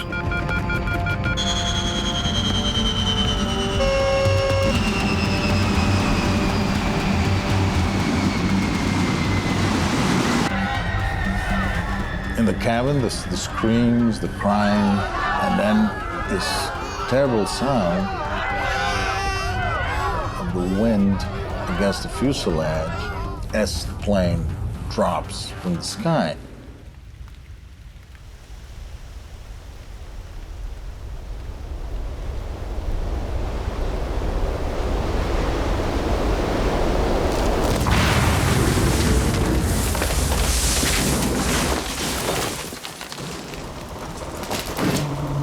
Avianca 052, radar contact lost. Avianca's missing due to the weather thing.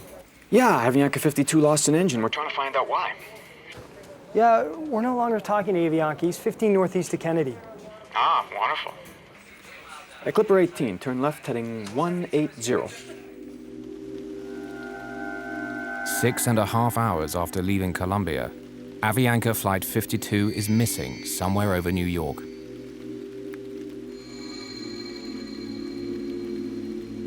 Yes, hello. I live in Cove Neck in Oyster Bay, and there is a plane crashed in our yard in front of our house. When I woke up, the first thing that I did, I put my hand over here in my back, and I was bleeding. I said, "Oh my God, we crashed." Both my legs were broken, and I had, blood all over the place. El asiento en el que estaba sentada la hija mía, sí recuerdo que estaba. The seat where my daughter was sitting was totally destroyed by pieces of steel that happened to have come from the wing. Pedazos de hierro que entraron del ala y lo. I found my baby Daniela amongst the pieces of a torn-up, twisted chair. And I picked her up like this, and she was drenched in blood. Bañada en sangre. Avianca Flight 52 has crashed on Long Island, New York, less than 17 miles from JFK Airport. From deep in the woods, medical technician Bob O'Brien can hear the survivors before he can see the shattered 707.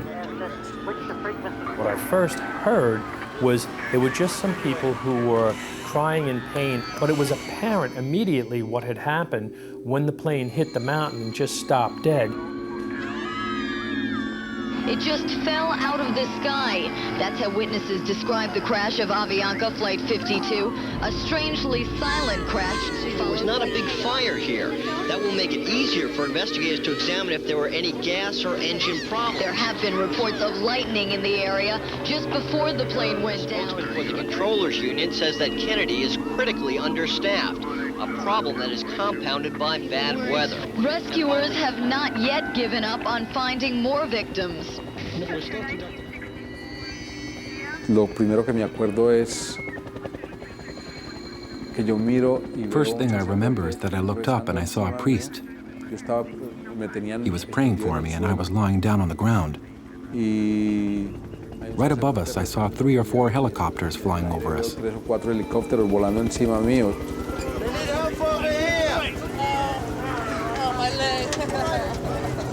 Managed to get up on top of the fuselage, and there's that door handle that says, in case of emergency, pull here. So I pulled that door handle, and that door handle just went, and the door came open about 4 inches. And then I was able to flip that over, and I could just see piles and piles of people strapped in their seats. The extreme G-force of the crash has broken off the cockpit and catapulted it through a stand of trees and into the deck of a home some 100 feet from the impact site. We couldn't get into the cockpit to get to the pilot and the co-pilot. All those chairs, they all just hit that cockpit door and just piled into that fuselage, and just all that added weight and all that inertia now just took over in the front of that and just popped it off, and it rolled to its left side and stopped up against the tree.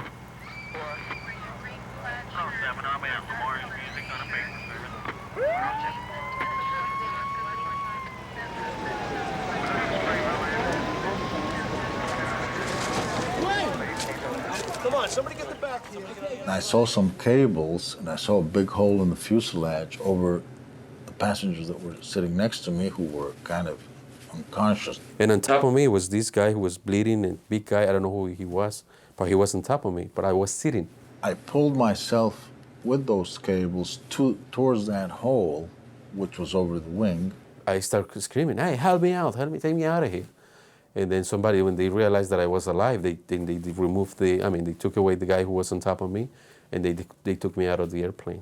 At that moment, a fireman was climbing on the wing, and he saw me, and he said, there's a guy here, and he pulled me out. Okay.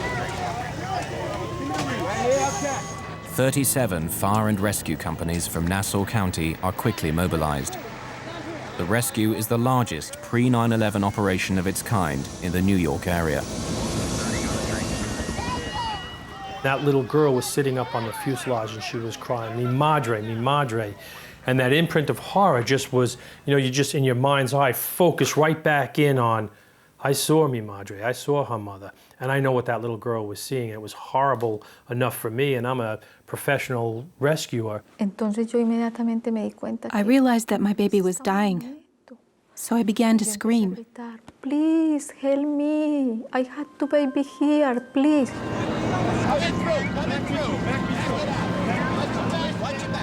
The plane has crashed in the wealthy neighborhood of Cove Neck, near the home of the father of tennis star John McEnroe. Medics set up a makeshift triage unit on his lawn. When daylight breaks 10 hours later, 85 survivors have been pulled from the wreck.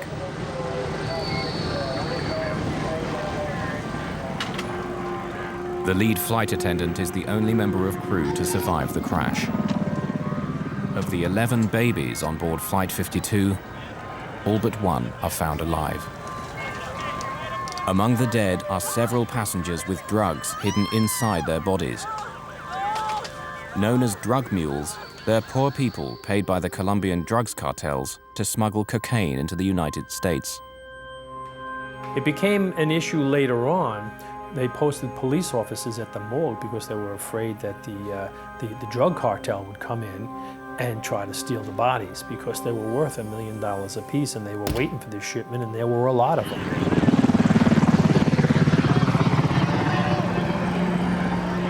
Bob O'Brien scours the tail section for survivors and finds FAA investigators struggling to remove the aircraft's black boxes.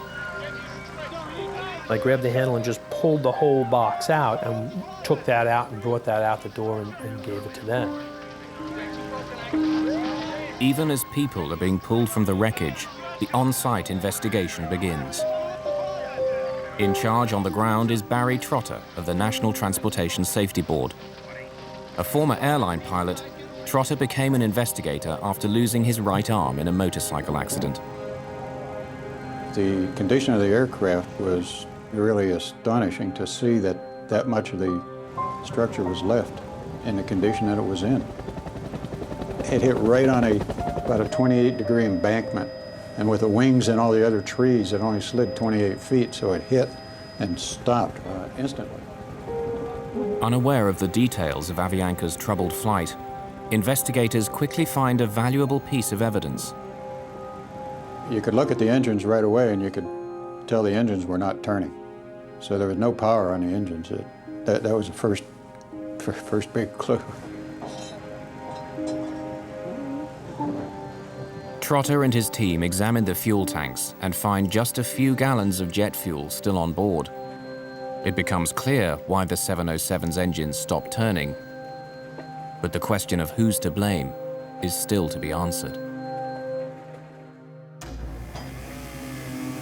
In the community of Cove Neck, New York, salvage workers begin the task of dismantling the shattered remains of Avianca Flight 52. But there's still one critical question. Who is responsible for Flight 52 running out of fuel and causing the death of 72 passengers and crew? The answer will be worth millions of dollars and affect dozens of lives. At the lab of the National Transportation Safety Board in Washington, D.C., investigators are eager to recover data locked inside the two black boxes. The most telling of these is often the flight data recorder, which records critical information, such as the plane's altitude, airspeed, and heading. When we recovered the flight data recorder and brought it to our lab in Washington, we opened it and found that the foil wrap was not hooked up. So someone had actually intentionally taped the end of the foil so it wouldn't fly around and put it back in the airplane. Without the crucial flight data recorder, investigators rely heavily on Flight 52's cockpit voice recorder, which is found with more than 40 minutes of voice recordings of the crew and communications between the first officer and air traffic controllers. Yes, sir. We are clear to land. Stand by. All set for landing. Below glide slope. And it was apparent from the voice recorder transcript and tape that the captain was not understanding the first officer's radio communications that were being made in English. Everybody wants to blame the pilot, but he may be the last person to make a decision, and the scenario which caused him to be in that position where he makes the decision was created by several other people along the route. The captain asked the first officer about 9 times to clarify information or repeat it or to pass on information. We are going to attempt again. Advise him, we are in an emergency. Do you tell him? Did he make a conscious decision to run out of fuel? No. He was sucked into a situation by the air traffic controllers where he ran out of fuel. Once the airplane got into the JFK area, there was certainly a serious breakdown in communications on the part of the pilots within the cockpit, on the part of the pilots talking to controllers, and controllers talking to the pilots, and the controllers amongst themselves, because there were handoffs and some of the urgency was not passed on within the controllers system. So we had multiple breakdowns in multiple areas here that ultimately led to this accident. Slow! The cockpit voice recorder reveals a crew desperate to land the 707 in near zero visibility and in extreme wind shear without the aid of an autopilot. In this case, the captain had a difficult time maintaining the glide slope during the approach with the wind shear, didn't see the airport, and had to make a go-around. That almost doomed the airplane at that point. The information being given to pilots en route was a wind shear up as high as 1,500 feet. But their pilots on approach were encountering wind shear as low as 300 feet, and that wasn't passed on to the Avianca pilot. This is the wind shear. The crew of Flight 52 is caught off guard. As they descend below 500 feet and slow down, a violent vertical wind forces them towards the ground, nearly causing the plane to crash 2 miles short of the runway. Ironically, Avianca 52's lack of fuel resulted in no fire or explosion, saving the survivors from almost certain death. If the flight would have found some level ground, it was conceivable he would have slapped the fuselage down and slid to a stop. With no fuel, there would have been no fire. And I think it's very possible that most of the people would have survived it in that case. As the hearings into the crash begin, lawyer George Tompkins is confronted by controllers who maintain that the Avianca crew failed to use the word emergency, instead using the word priority to communicate their situation. The government took the position that the pilot never declared an emergency, so no one knew that he had a problem. But saying you're getting low on fuel and saying you cannot make your alternate, the word emergency is not necessary to say. Negative, sir. We are running out of fuel. We just lost 2 engines and we need priority, please. And they thought they were telling them when they said we need priority. Para nosotros en español la palabra prioridad significa. In Spanish, for us the word priority means first. Corre a mí, te estoy necesitando. Attend to me, run to me. I need you right now. I don't know if priority in other languages means that you can wait. To me, priority means a priority. If you ask a child, what is a priority to you, what are you going to say? He doesn't need to say an emergency. Avianca 052 only has 5 more minutes in the hold. You gonna be able to take him, or I'll set him up to his alternate? What is his speed now? I'm not sure, to be quite honest with you. Holding speed. The NTSB concludes that air traffic's handling of Avianca 52 was proper, considering the information they were getting from the flight crew. Many of the passengers are shocked and outraged by what they feel is a gross injustice, that air traffic control is found blameless. Avianca sues the Federal Aviation Administration, which employs the air traffic controllers, saying they should have done more when Flight 52 told them they were running out of fuel. The FAA settles and ends up paying around 40% of the estimated $200 million compensation due to the victims. If you listen and read the tapes, the transcripts of the tapes of each air route traffic control center along the route, and the final to New York Tracon, New York Tower, Kennedy Tower, you'll find 20 places where this accident could have been avoided if somebody had done something differently. Among the 85 survivors who escaped the shattered remains of Flight 52 are the Montoya's 2 daughters. Daniela, the baby covered in blood, is now a healthy teenager preparing for college.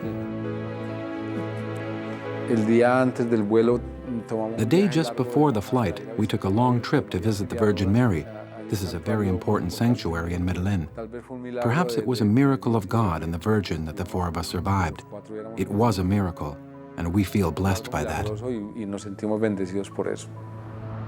For many of the survivors, recovering from their injuries has been easier than coming to terms with the reason why Flight 52 ran out of fuel. I had to learn to walk from scratch. It's difficult enough to deal with the injuries. It makes me very angry to think that a plane went down with 161 souls and almost half the people lost their lives because of a word.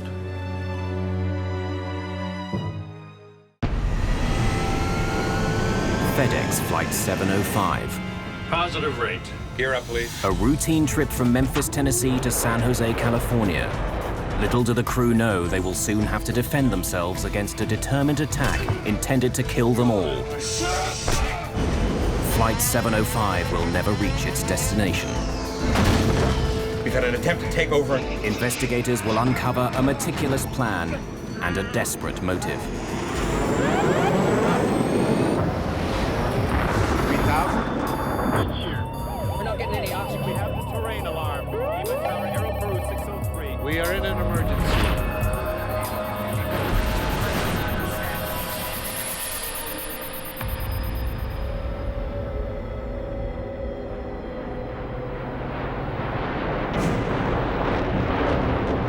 It's April 1994. A FedEx cargo plane is on its way to California. It's a perfect day for flying. Altimeters? 9s and 2s here. But behind the cockpit, in the galley area, a disaster is about to unfold.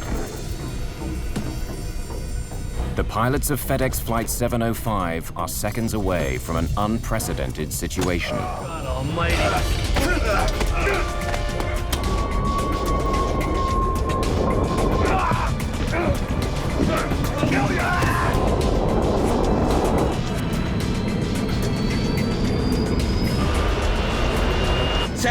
Center emergency. He's had an attempted takeover. We need an ambulance, and we need armed intervention. Let me up,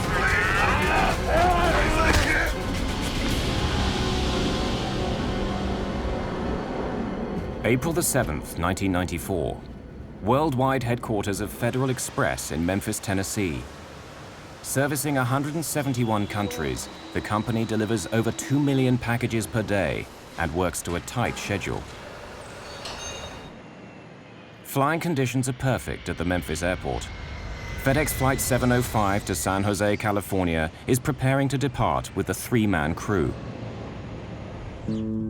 Has the afternoon flight to San Jose got any jump seaters on it? None at all? 42-year-old Auburn Calloway is a flight engineer. He hopes to hitch a ride on Flight 705 for pressing personal reasons. Thanks. Employees have the privilege of free rides. They're known as jump seaters. 39-year-old flight engineer Andy Peterson is the first of the flight crew to arrive on the plane. Andy Peterson, Auburn Calloway. He's surprised to find Auburn Calloway on board. My first thought was, well, scheduling has gotten, it's also called someone else out for the flight, and now we've got 2 engineers, so I said hey to him and then asked him if he was going to be riding out to San Jose with us, and he said he was, that he was going to ride the jump seat out. Peterson, a 5-year flyer with FedEx, finds something unusual during his pre-flight check. The breaker switch of the cockpit voice recorder, or CVR, is in the off position. Puzzled, Peterson resets it. The CVR records all in-flight voice communications. It's a crucial tool for investigating air disasters. No large commercial airliner is allowed to fly without one. The cockpit voice circuit breaker, it had popped out, which meaning the power's off to the cockpit voice recorder. So I'd never seen that before, and I thought, well, that's kind of weird. 49-year-old pilot David Sanders and 42-year-old co-pilot James Tucker are next to board and prepare for departure. Callaway. Mind if I hop around with you guys, California? No, not at all. I don't see any problems today. Everything looks good. You play the guitar? I play at it. He was very cool, calm, collected, nothing indicating anything was amiss. Actually noticing there was a guitar case off to the right in front of the 9G net. But I couldn't wait to get in the cockpit and start going through cockpit checks because we had a lot to do. But something was amiss. They didn't know it, but Calloway had originally been scheduled to be the flight engineer on this flight. However, he and his crew had exceeded their flying hours by just 1 minute the previous day, so they'd been replaced. But Calloway was determined to make Flight 705 no matter what. I think she'll fly. All the nuts and bolts around? Yeah. When I came back out on the airplane and went back up to the cockpit, I noticed that that circuit breaker had popped out again. So I reset it and decided that I would see if it would stay in. Instead of calling maintenance at that time, that I'd just wait and see if it popped back out, that I would call maintenance, because that is a no-go item. If the CVR is turned off, there will be no audio record of the events aboard Flight 705. You want to fly this leg of the trip, or do you prefer the return trip? You never know when you're going to get another chance. I met Jim Tucker that afternoon. Jim had been with the company for 10 years. In fact, he was an instructor in the DC-10. Andy Peterson and I had had a trip together. In fact, we flew to Paris one time. The crew is flying together for the first time. Both Tucker and Sanders are ex-Navy. Sanders has been with FedEx for 20 years. James Tucker, who has a wife and 3 children at home, has been with the company for 10 years. None of the crew know Calloway or his reasons for being on this flight.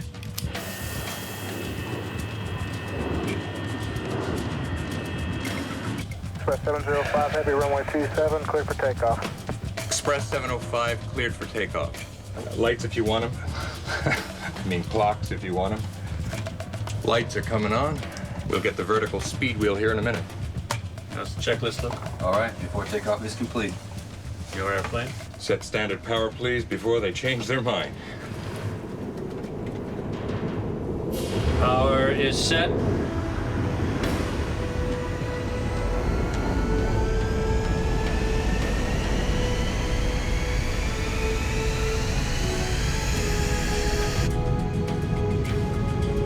Knots. That checks. V1, rotate.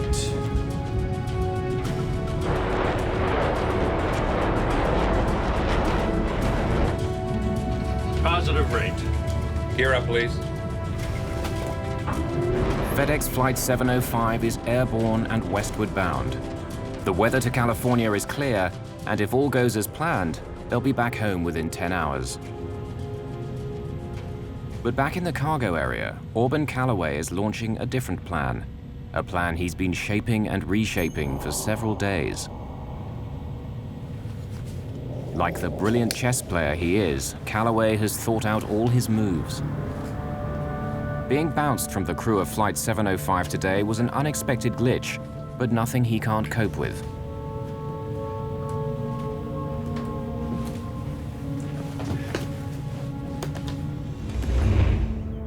At his home that morning, Callaway already had to make a small adjustment to his plans. The flight bag he'd planned to take with him on his journey is in for repairs, so instead he packs a guitar case. As a company employee, he's unlikely to be searched, and a guitar case seems innocent enough.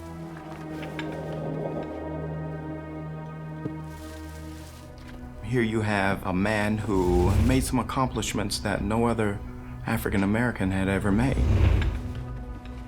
Callaway graduated from Stanford University in 1974.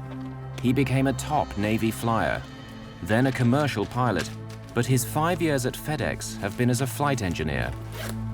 He was highly intelligent, a driven person to accomplish goals, and had before him an opportunity of a tremendously positive career. He was married and had children and family, and it just seemed as though he was almost part of the true American dream, just about the American family. Before leaving for the airport, Callaway put some important documents on his bed. Among them, his last will and testament.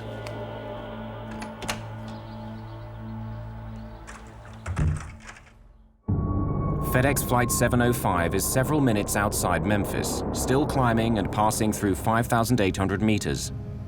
Jim Tucker is hand-flying the airplane, using control wheel steering mode and enjoying the clear afternoon skies. A couple of meters away sits Auburn Callaway. Behind him lie frustrated expectations of a brilliant career and a marriage that ended in tears. 2 minutes? 9s and 2s here. After takeoff is complete. Callaway has a terrifying plan. His guitar case is packed with several hammers and a spear gun. Out of sight of the crew, he gets his weapons ready.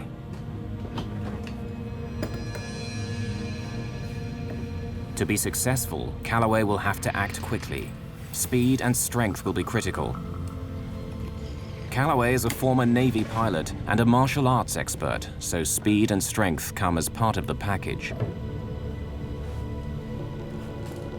The original plan was to take out his original crew, which would have only been 2 individuals. One was a female, much smaller than the crew that he wound up facing on Flight 705. No, I live in Fisherville. Fisherville. Great spot. I had the cockpit door locked open. I noticed that Callaway was walking up into the cockpit. I just caught him out of the corner of my eye and basically saw his, his arm coming up, and I thought, well, he's just coming up to sit and talk with us for a while.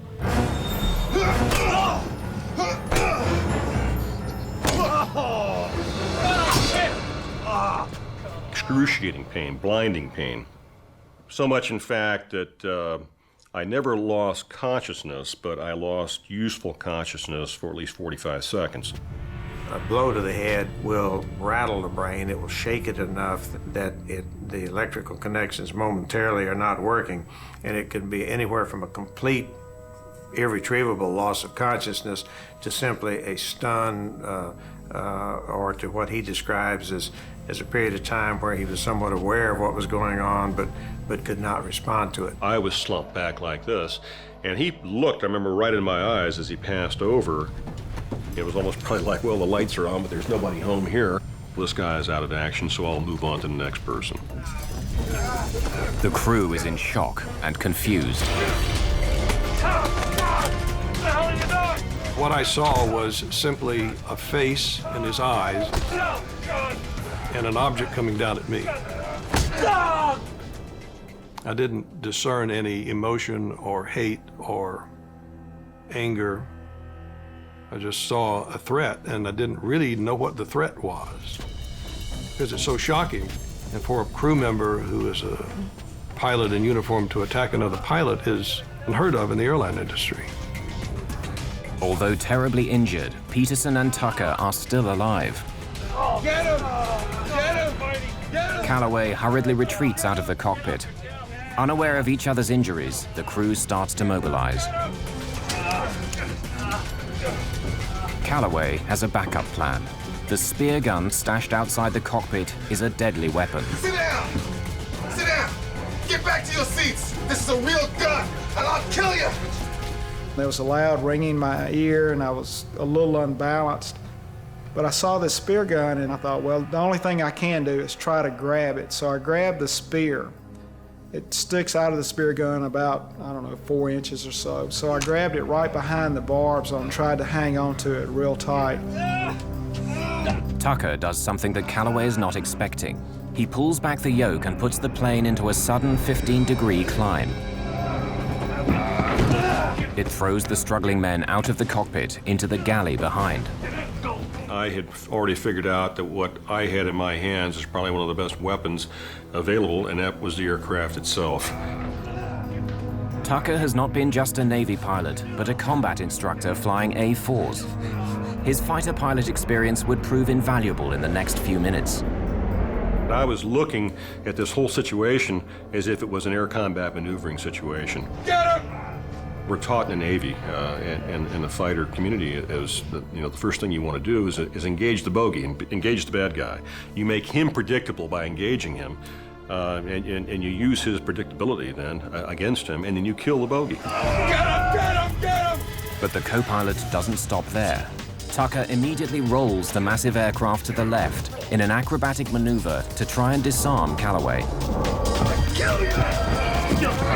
The men roll along the smoke curtain to the left side of the plane.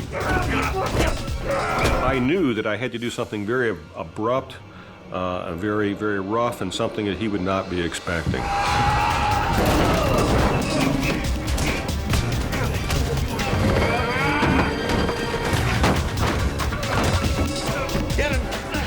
Tucker has no idea whether rolling the plane is helping Sanders and Peterson as they try to restrain Calloway.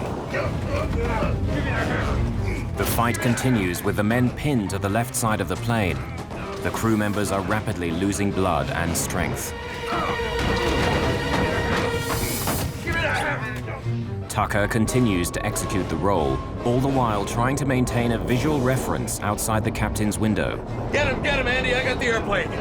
So you roll the airplane over on its back and pull through completely in the vertical. But at this particular point, if I'd rolled the airplane over on its back, I wouldn't really be able to see what I was doing. This is not a bubble canopy that you have over the top. You're actually looking out.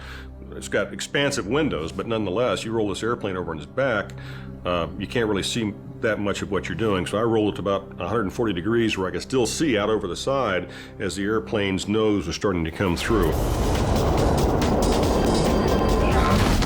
Tucker rolls the 250,000-kilogram DC-10 to 140 degrees, almost on its back. Commercial aircraft are never meant to roll more than 60 degrees. The men continue their fight on the ceiling of the aircraft. Calloway wrenches the hammer in his hand free and hits Sanders in the head. Tucker decides to pull back on the yoke and put the plane into a steep dive, a risky but cunning move.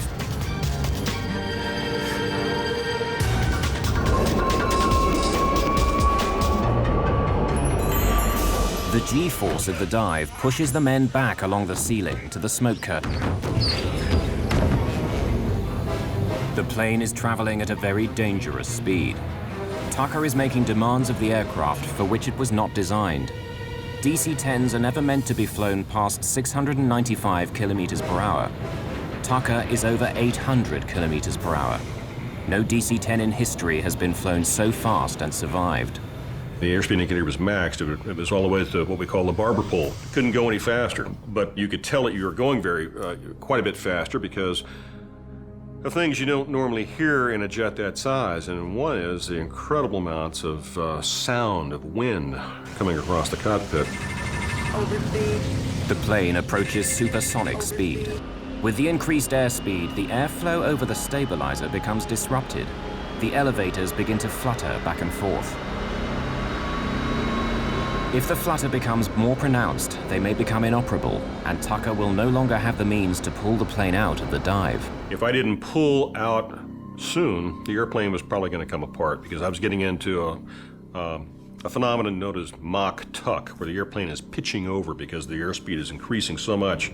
The wind flow over the surfaces of the wings is doing things that it's not even designed to do. The injury to the left side of Tucker's brain is beginning to paralyze functions on the right side of his body.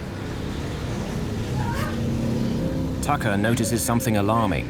The plane is traveling at this incredible speed because the throttle levers have been left in their automatic climb setting from takeoff. The DC-10 is now in a vertical dive with the engines at nearly full power. Tucker must release his only usable hand from the yoke to pull back on the throttles. With power reduced to idle, the DC-10 is still not out of danger. Despite Tucker's maneuvers, Callaway is gaining the upper hand. Callaway hit me with the third blow, which was in the top of my head, nearly rendered me unconscious. I began to gray out. At that very same time, it occurred to me we might lose this thing. As Tucker starts to pull the plane carefully out of the dive, the elevator flutter increases. Balance panels, counterweights that help the pilots manipulate the elevator, break free and begin to wrinkle the skin of the stabilizer. Tucker fears that if he pulls back too hard during the dive, all the surfaces on the tail section would be in danger of coming off.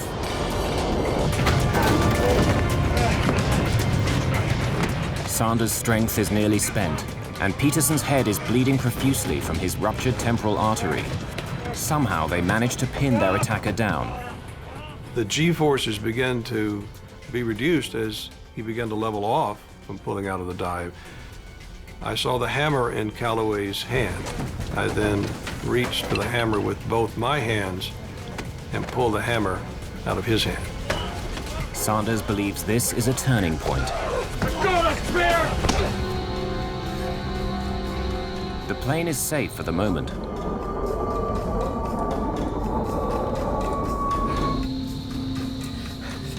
About a minute after the attack begins, Tucker finally has a chance to radio Memphis.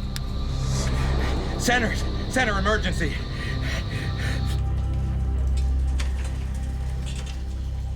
Air traffic controller Kent Fleshman and his trainee receive Tucker's emergency request. Aircraft with emergency, say again. Center. Aircraft with emergency, say again. Listen to me. It's Express 705. I've been wounded. We've had an attempted takeover and aboard the airplane. Give me a vector, please. Back to Memphis at this time. Hurry. Express 705, fly heading 095, direct Memphis. 095? Direct to Memphis. Get me an ambulance and alert the airport facility. Hey, Memphis, you still with me? Affirmative 705, descend and maintain 10,000. Fleshman takes action in case the hijacker has a gun. If he can get the plane below 3,000 meters, a bullet hole in the fuselage will not cause explosive decompression. Tucker hears the fight increase in the galley. Again, he uses his only weapon, the aircraft. The maneuver throws the men onto the side of the plane. Let go of the spear! Look, just keep talking to me, okay? Express 705, affirmative. If you need an ambulance, stand by and we'll get that for you. Yeah, we need an ambulance, and we need armed intervention as well. Make sure and notify the SWAT team he's asking for armed intervention. Fleshman recognizes the term armed intervention as the most serious request from a pilot. It means they want armed officials to storm the plane upon landing. Memphis approach has to be alerted.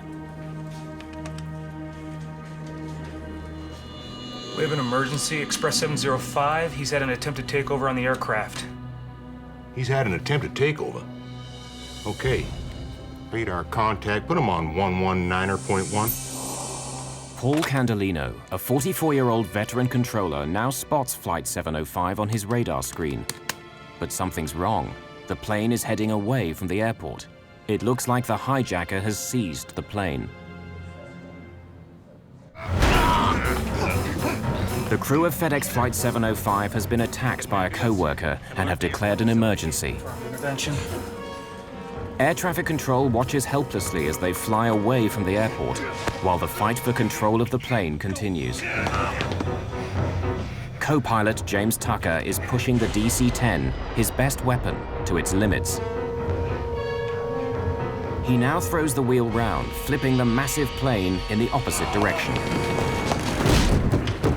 Tucker, drawing on his military experience, reverses the role, keeping his maneuvers unpredictable. Here I am, all alone in the cockpit. The fight is still going on in the back. I don't know who's winning, I don't know who's losing.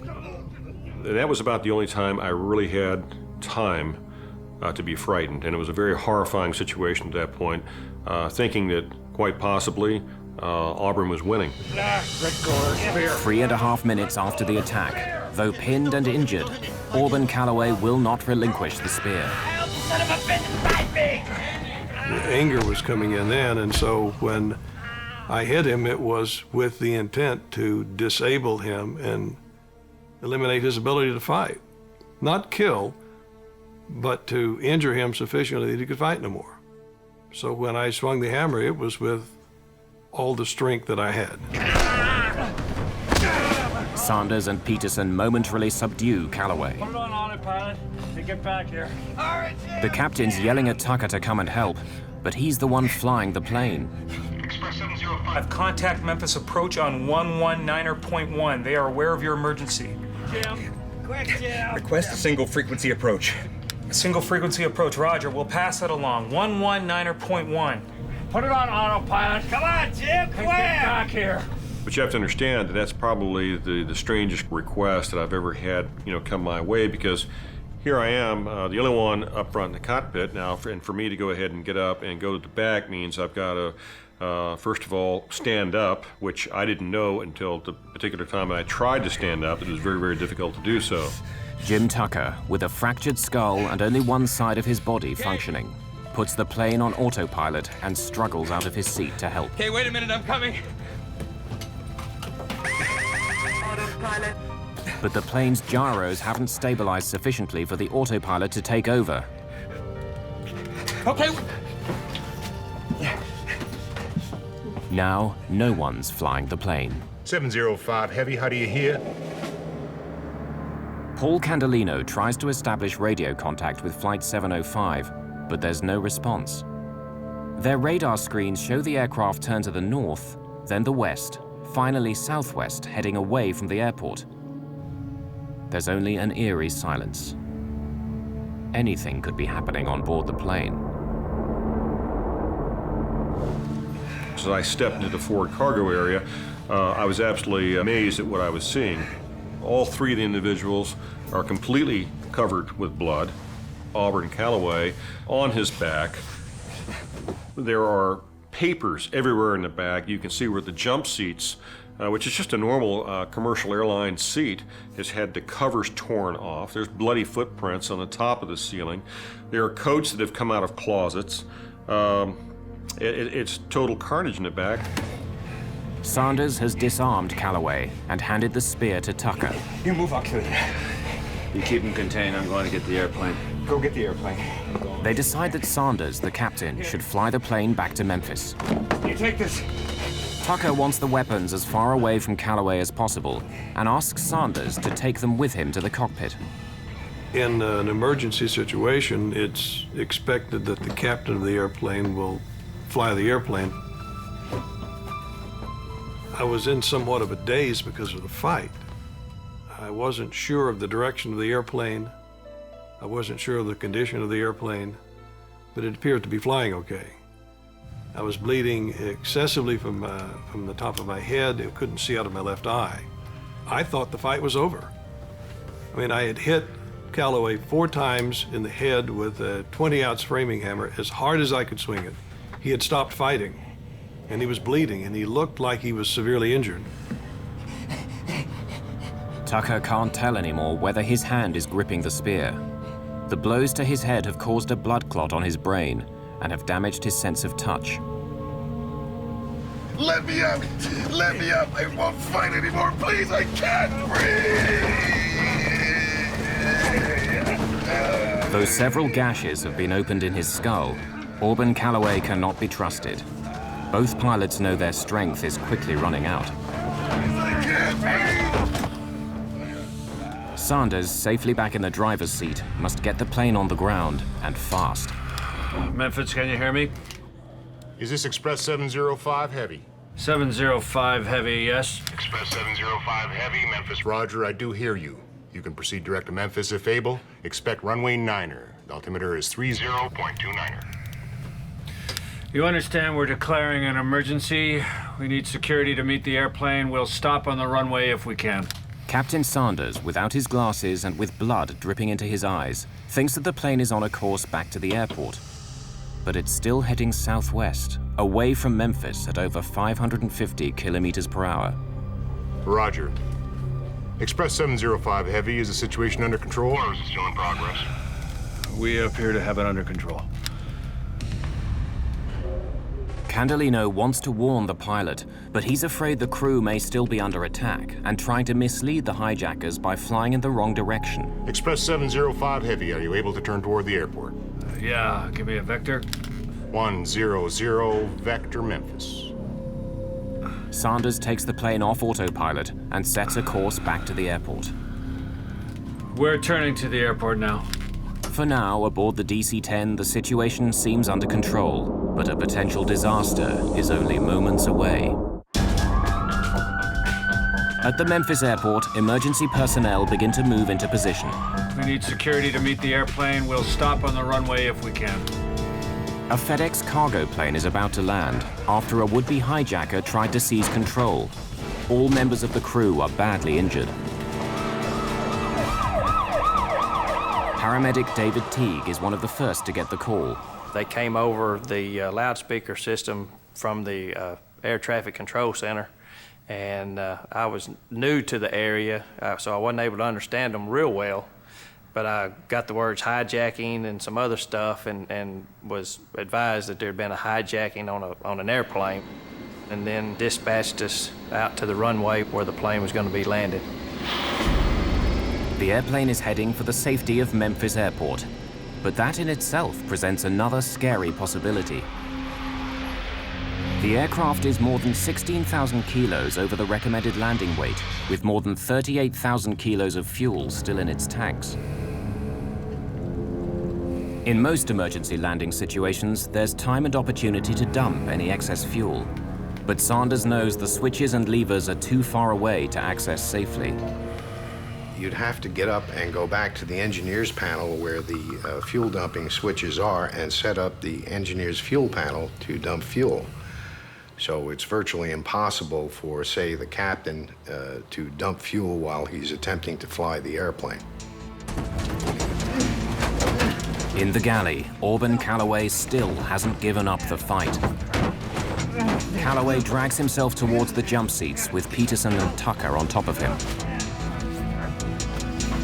He hopes to gain enough leverage to get back on his feet, where he'll have an advantage. He was using his thumbs to go ahead and try and push my eyes out, doing everything he possibly could to break Andy and I down as a team. You know, we could handle him together, but we certainly couldn't handle it one-on-one. This is certainly a fight against the clock. Auburn's getting stronger. We're getting weaker. I knew if he ever got back in the cockpit, we were history. I just knew we had to keep him. Somehow, we had to keep him from getting back in that cockpit. Approaching 7,000 feet, the fight in the back started again. And it was as violent and as loud as when I was in the back in the midst of the fight. It became so violent and loud that approaching 7,000 feet, I decided that I was going to level the airplane, turn on the autopilot, go to the back of the airplane, and kill Calloway. It was so severe, I thought that had to be done.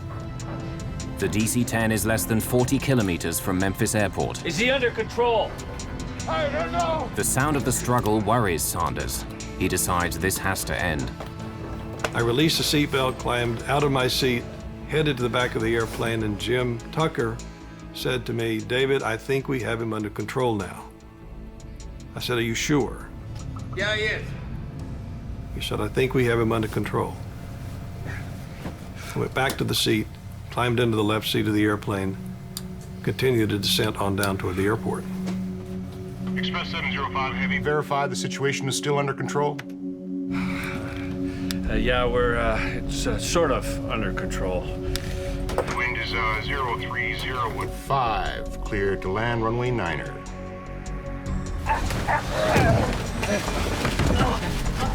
Clear to land? Now Sanders faces yet another possible disaster. The delay caused by getting out of his seat means he's way over the normal approach speed, too high and too fast. He'll not be able to slow the overweight plane quickly enough to land on runway 9er. I'm coming around to 36 left.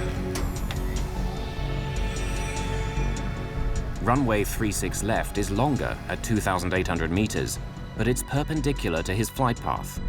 To land there, he needs to make a series of turns, reasonable maneuvers for a fighter jet or a crop duster, but for an overloaded DC-10 with an injured pilot, nearly impossible. First, he must turn 90 degrees to the right, fly parallel to the runway, and then execute a tight 180-degree turn. Okay, Express 705 Heavy, runway 36 left, cleared to land. Cleared visual approach 36 left. Wind is 050 at 8. Bank angle. Sanders must ignore the computer warnings and push the plane beyond normal operating limits. The plane is nearly on its side. All of a sudden, he just turned it up on its wingtips, looked like a fighter jet, and put it in a real tight turn, and then disappeared down behind the terminal. When he got down low enough, we couldn't see him.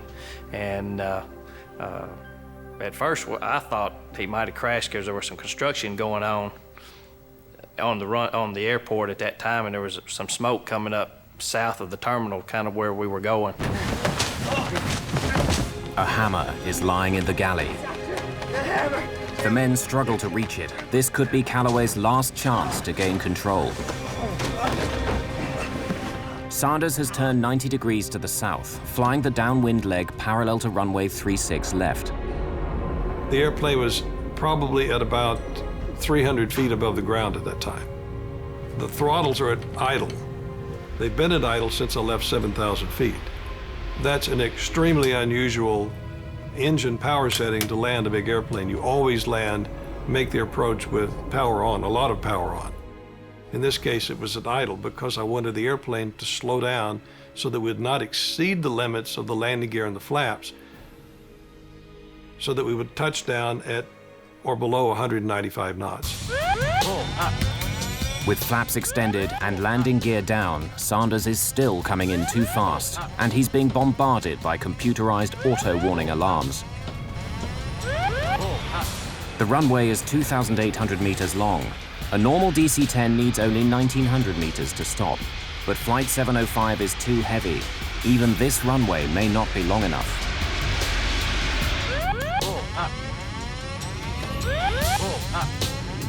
Peterson manages for the first time in the fight to get hold of a hammer, but is extremely weak due to blood loss. You gotta hit him, Andy, you gotta hit him! I was almost like pleading with him, and I told him, I said, Andy, you gotta hit him. He's about ready to, to take us down. And I guess I gave him kind of a blank stare of, what are you talking about? And he looked at me real stern, like a father would look at his son, saying, you've got to do this. And he said, hit him.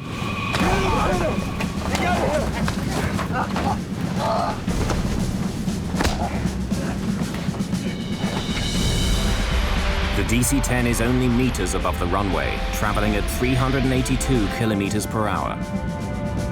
Sanders can only hope he won't explode the tires or crash beyond the runway.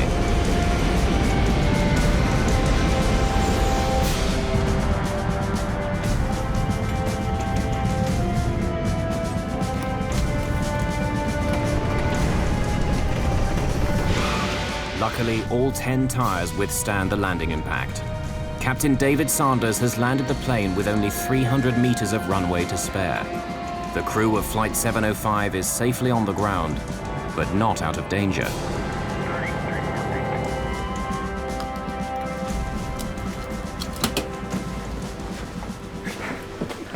Blow the door.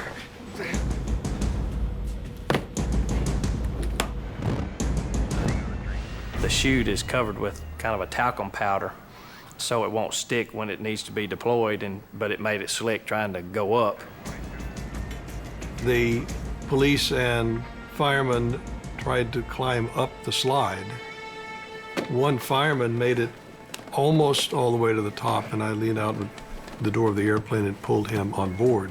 Who's the bad guy? That's the attacker. There was blood all over the floor, all over the ceiling.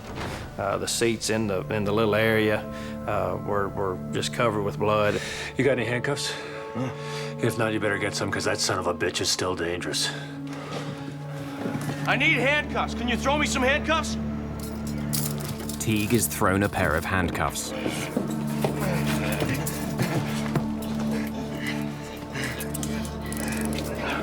Stand here in the middle of the chain. Ouch! Get your foot off! You're hurting me! Ow!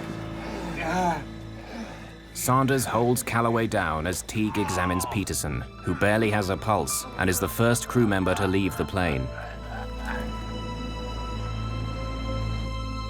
Sanders is the last member of the crew on board. Standing in the door of the airplane, I had a sense of euphoria I've never experienced before or since. It was the sense of we had been there, and we came back and we won.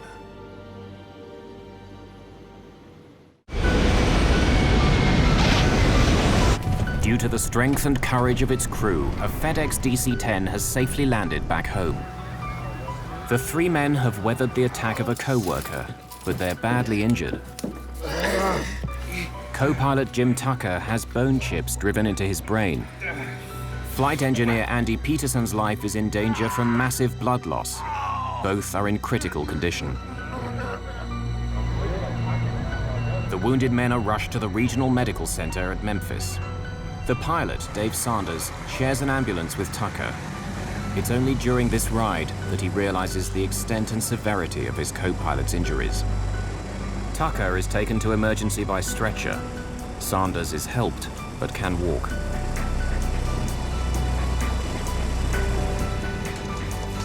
Restrained and under guard, Calloway is also taken to the same emergency facility. But the important question still remains: why did Auburn Calloway attack the crew of Flight 705? The full story is beginning to unfold. Divorced in 1990, Auburn Calloway still tries to support his ex-wife and their two children, and wants to secure their financial future. He was very interested in the welfare of his children, very interested that they not live the kind of childhood he had lived. The evidence for a suicidal mission against FedEx grows as investigators search the aircraft and find a letter to Calloway's estranged wife. Dear Pat, I want you and the kids to know that I lived for you.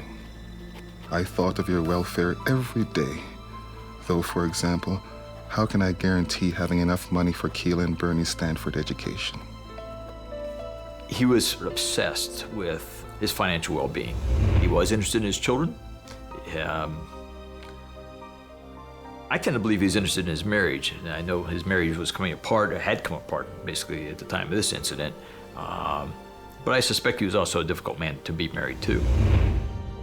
By April the 7th, 1994, Calloway may be thinking his career is over.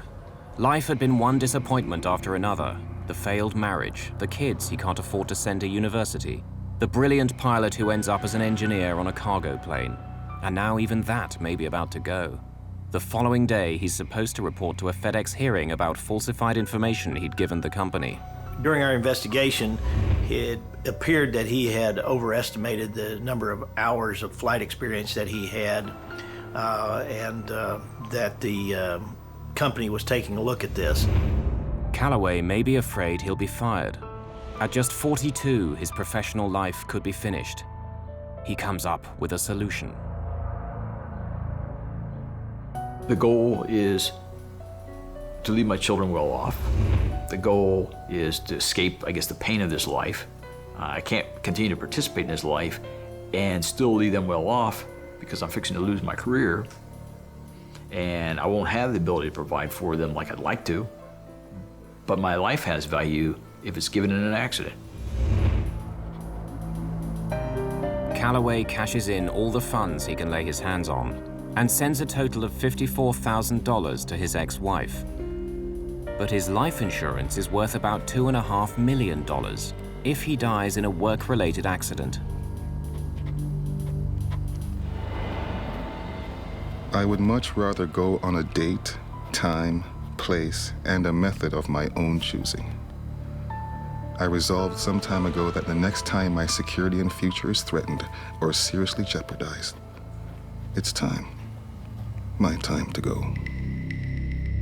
Perhaps he believes his family would receive the maximum insurance payout if he crashed the plane in an apparent accident.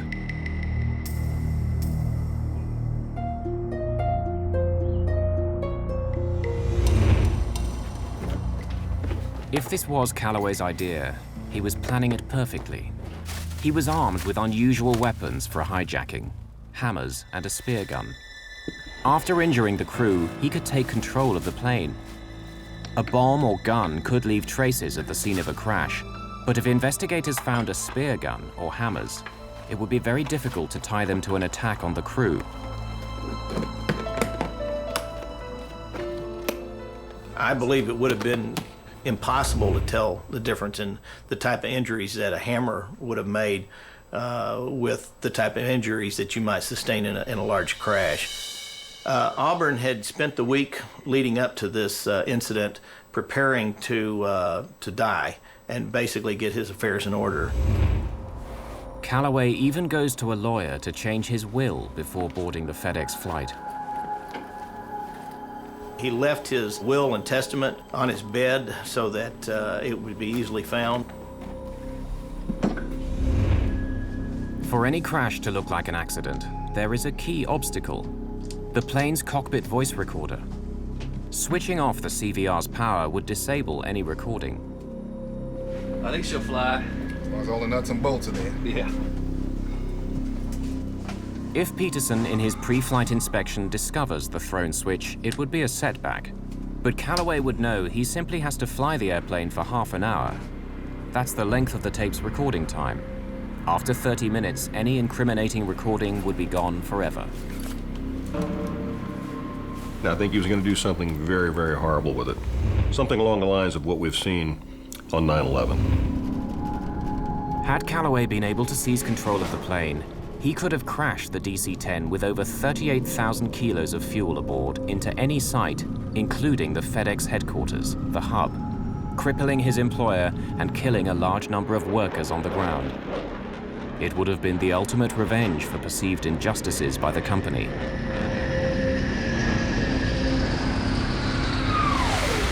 The company may never have figured out exactly why that airplane crashed back into the hub. Well, after 9/11, there were a lot of improvements to our security program, both in the United States and worldwide. Our cockpit crew members are the most highly checked and monitored group of people in the world. I only know of this one incident in my 46 years of aviation experience where a crew member was involved in something like this. The flight of FedEx 705 took about 30 minutes, but the impact it had will last for years. He was convicted of attempt aircraft piracy, an offense that carried a minimum of 20 years confinement and up to life in prison.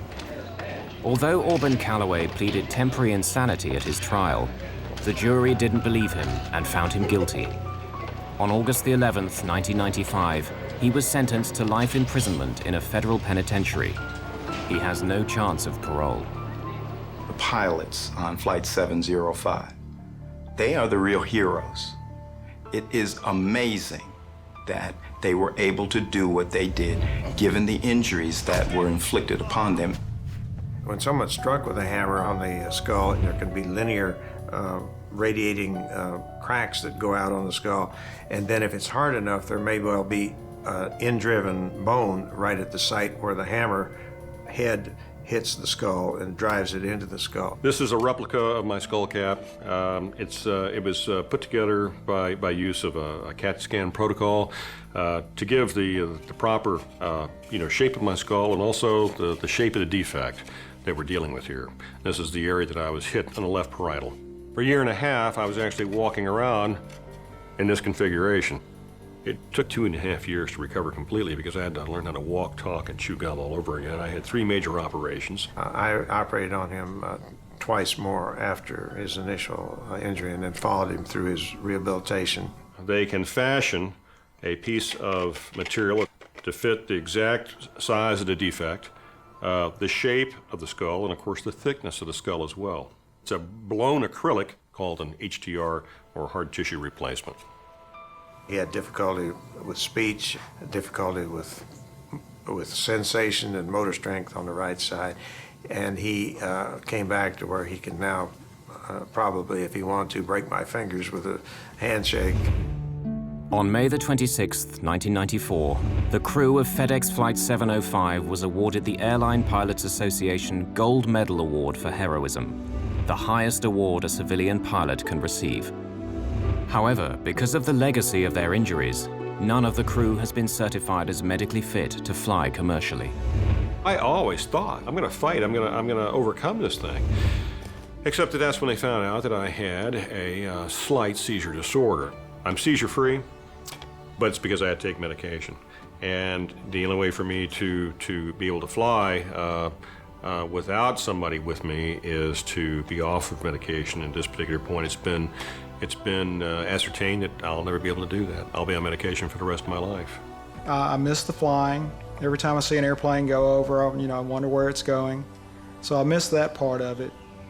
But I really cherish the fact that, I'm still alive and able to be with my family. The bond of pilots and what you do together in the airplane, outside the airplane, all that, I miss that. I miss it very much.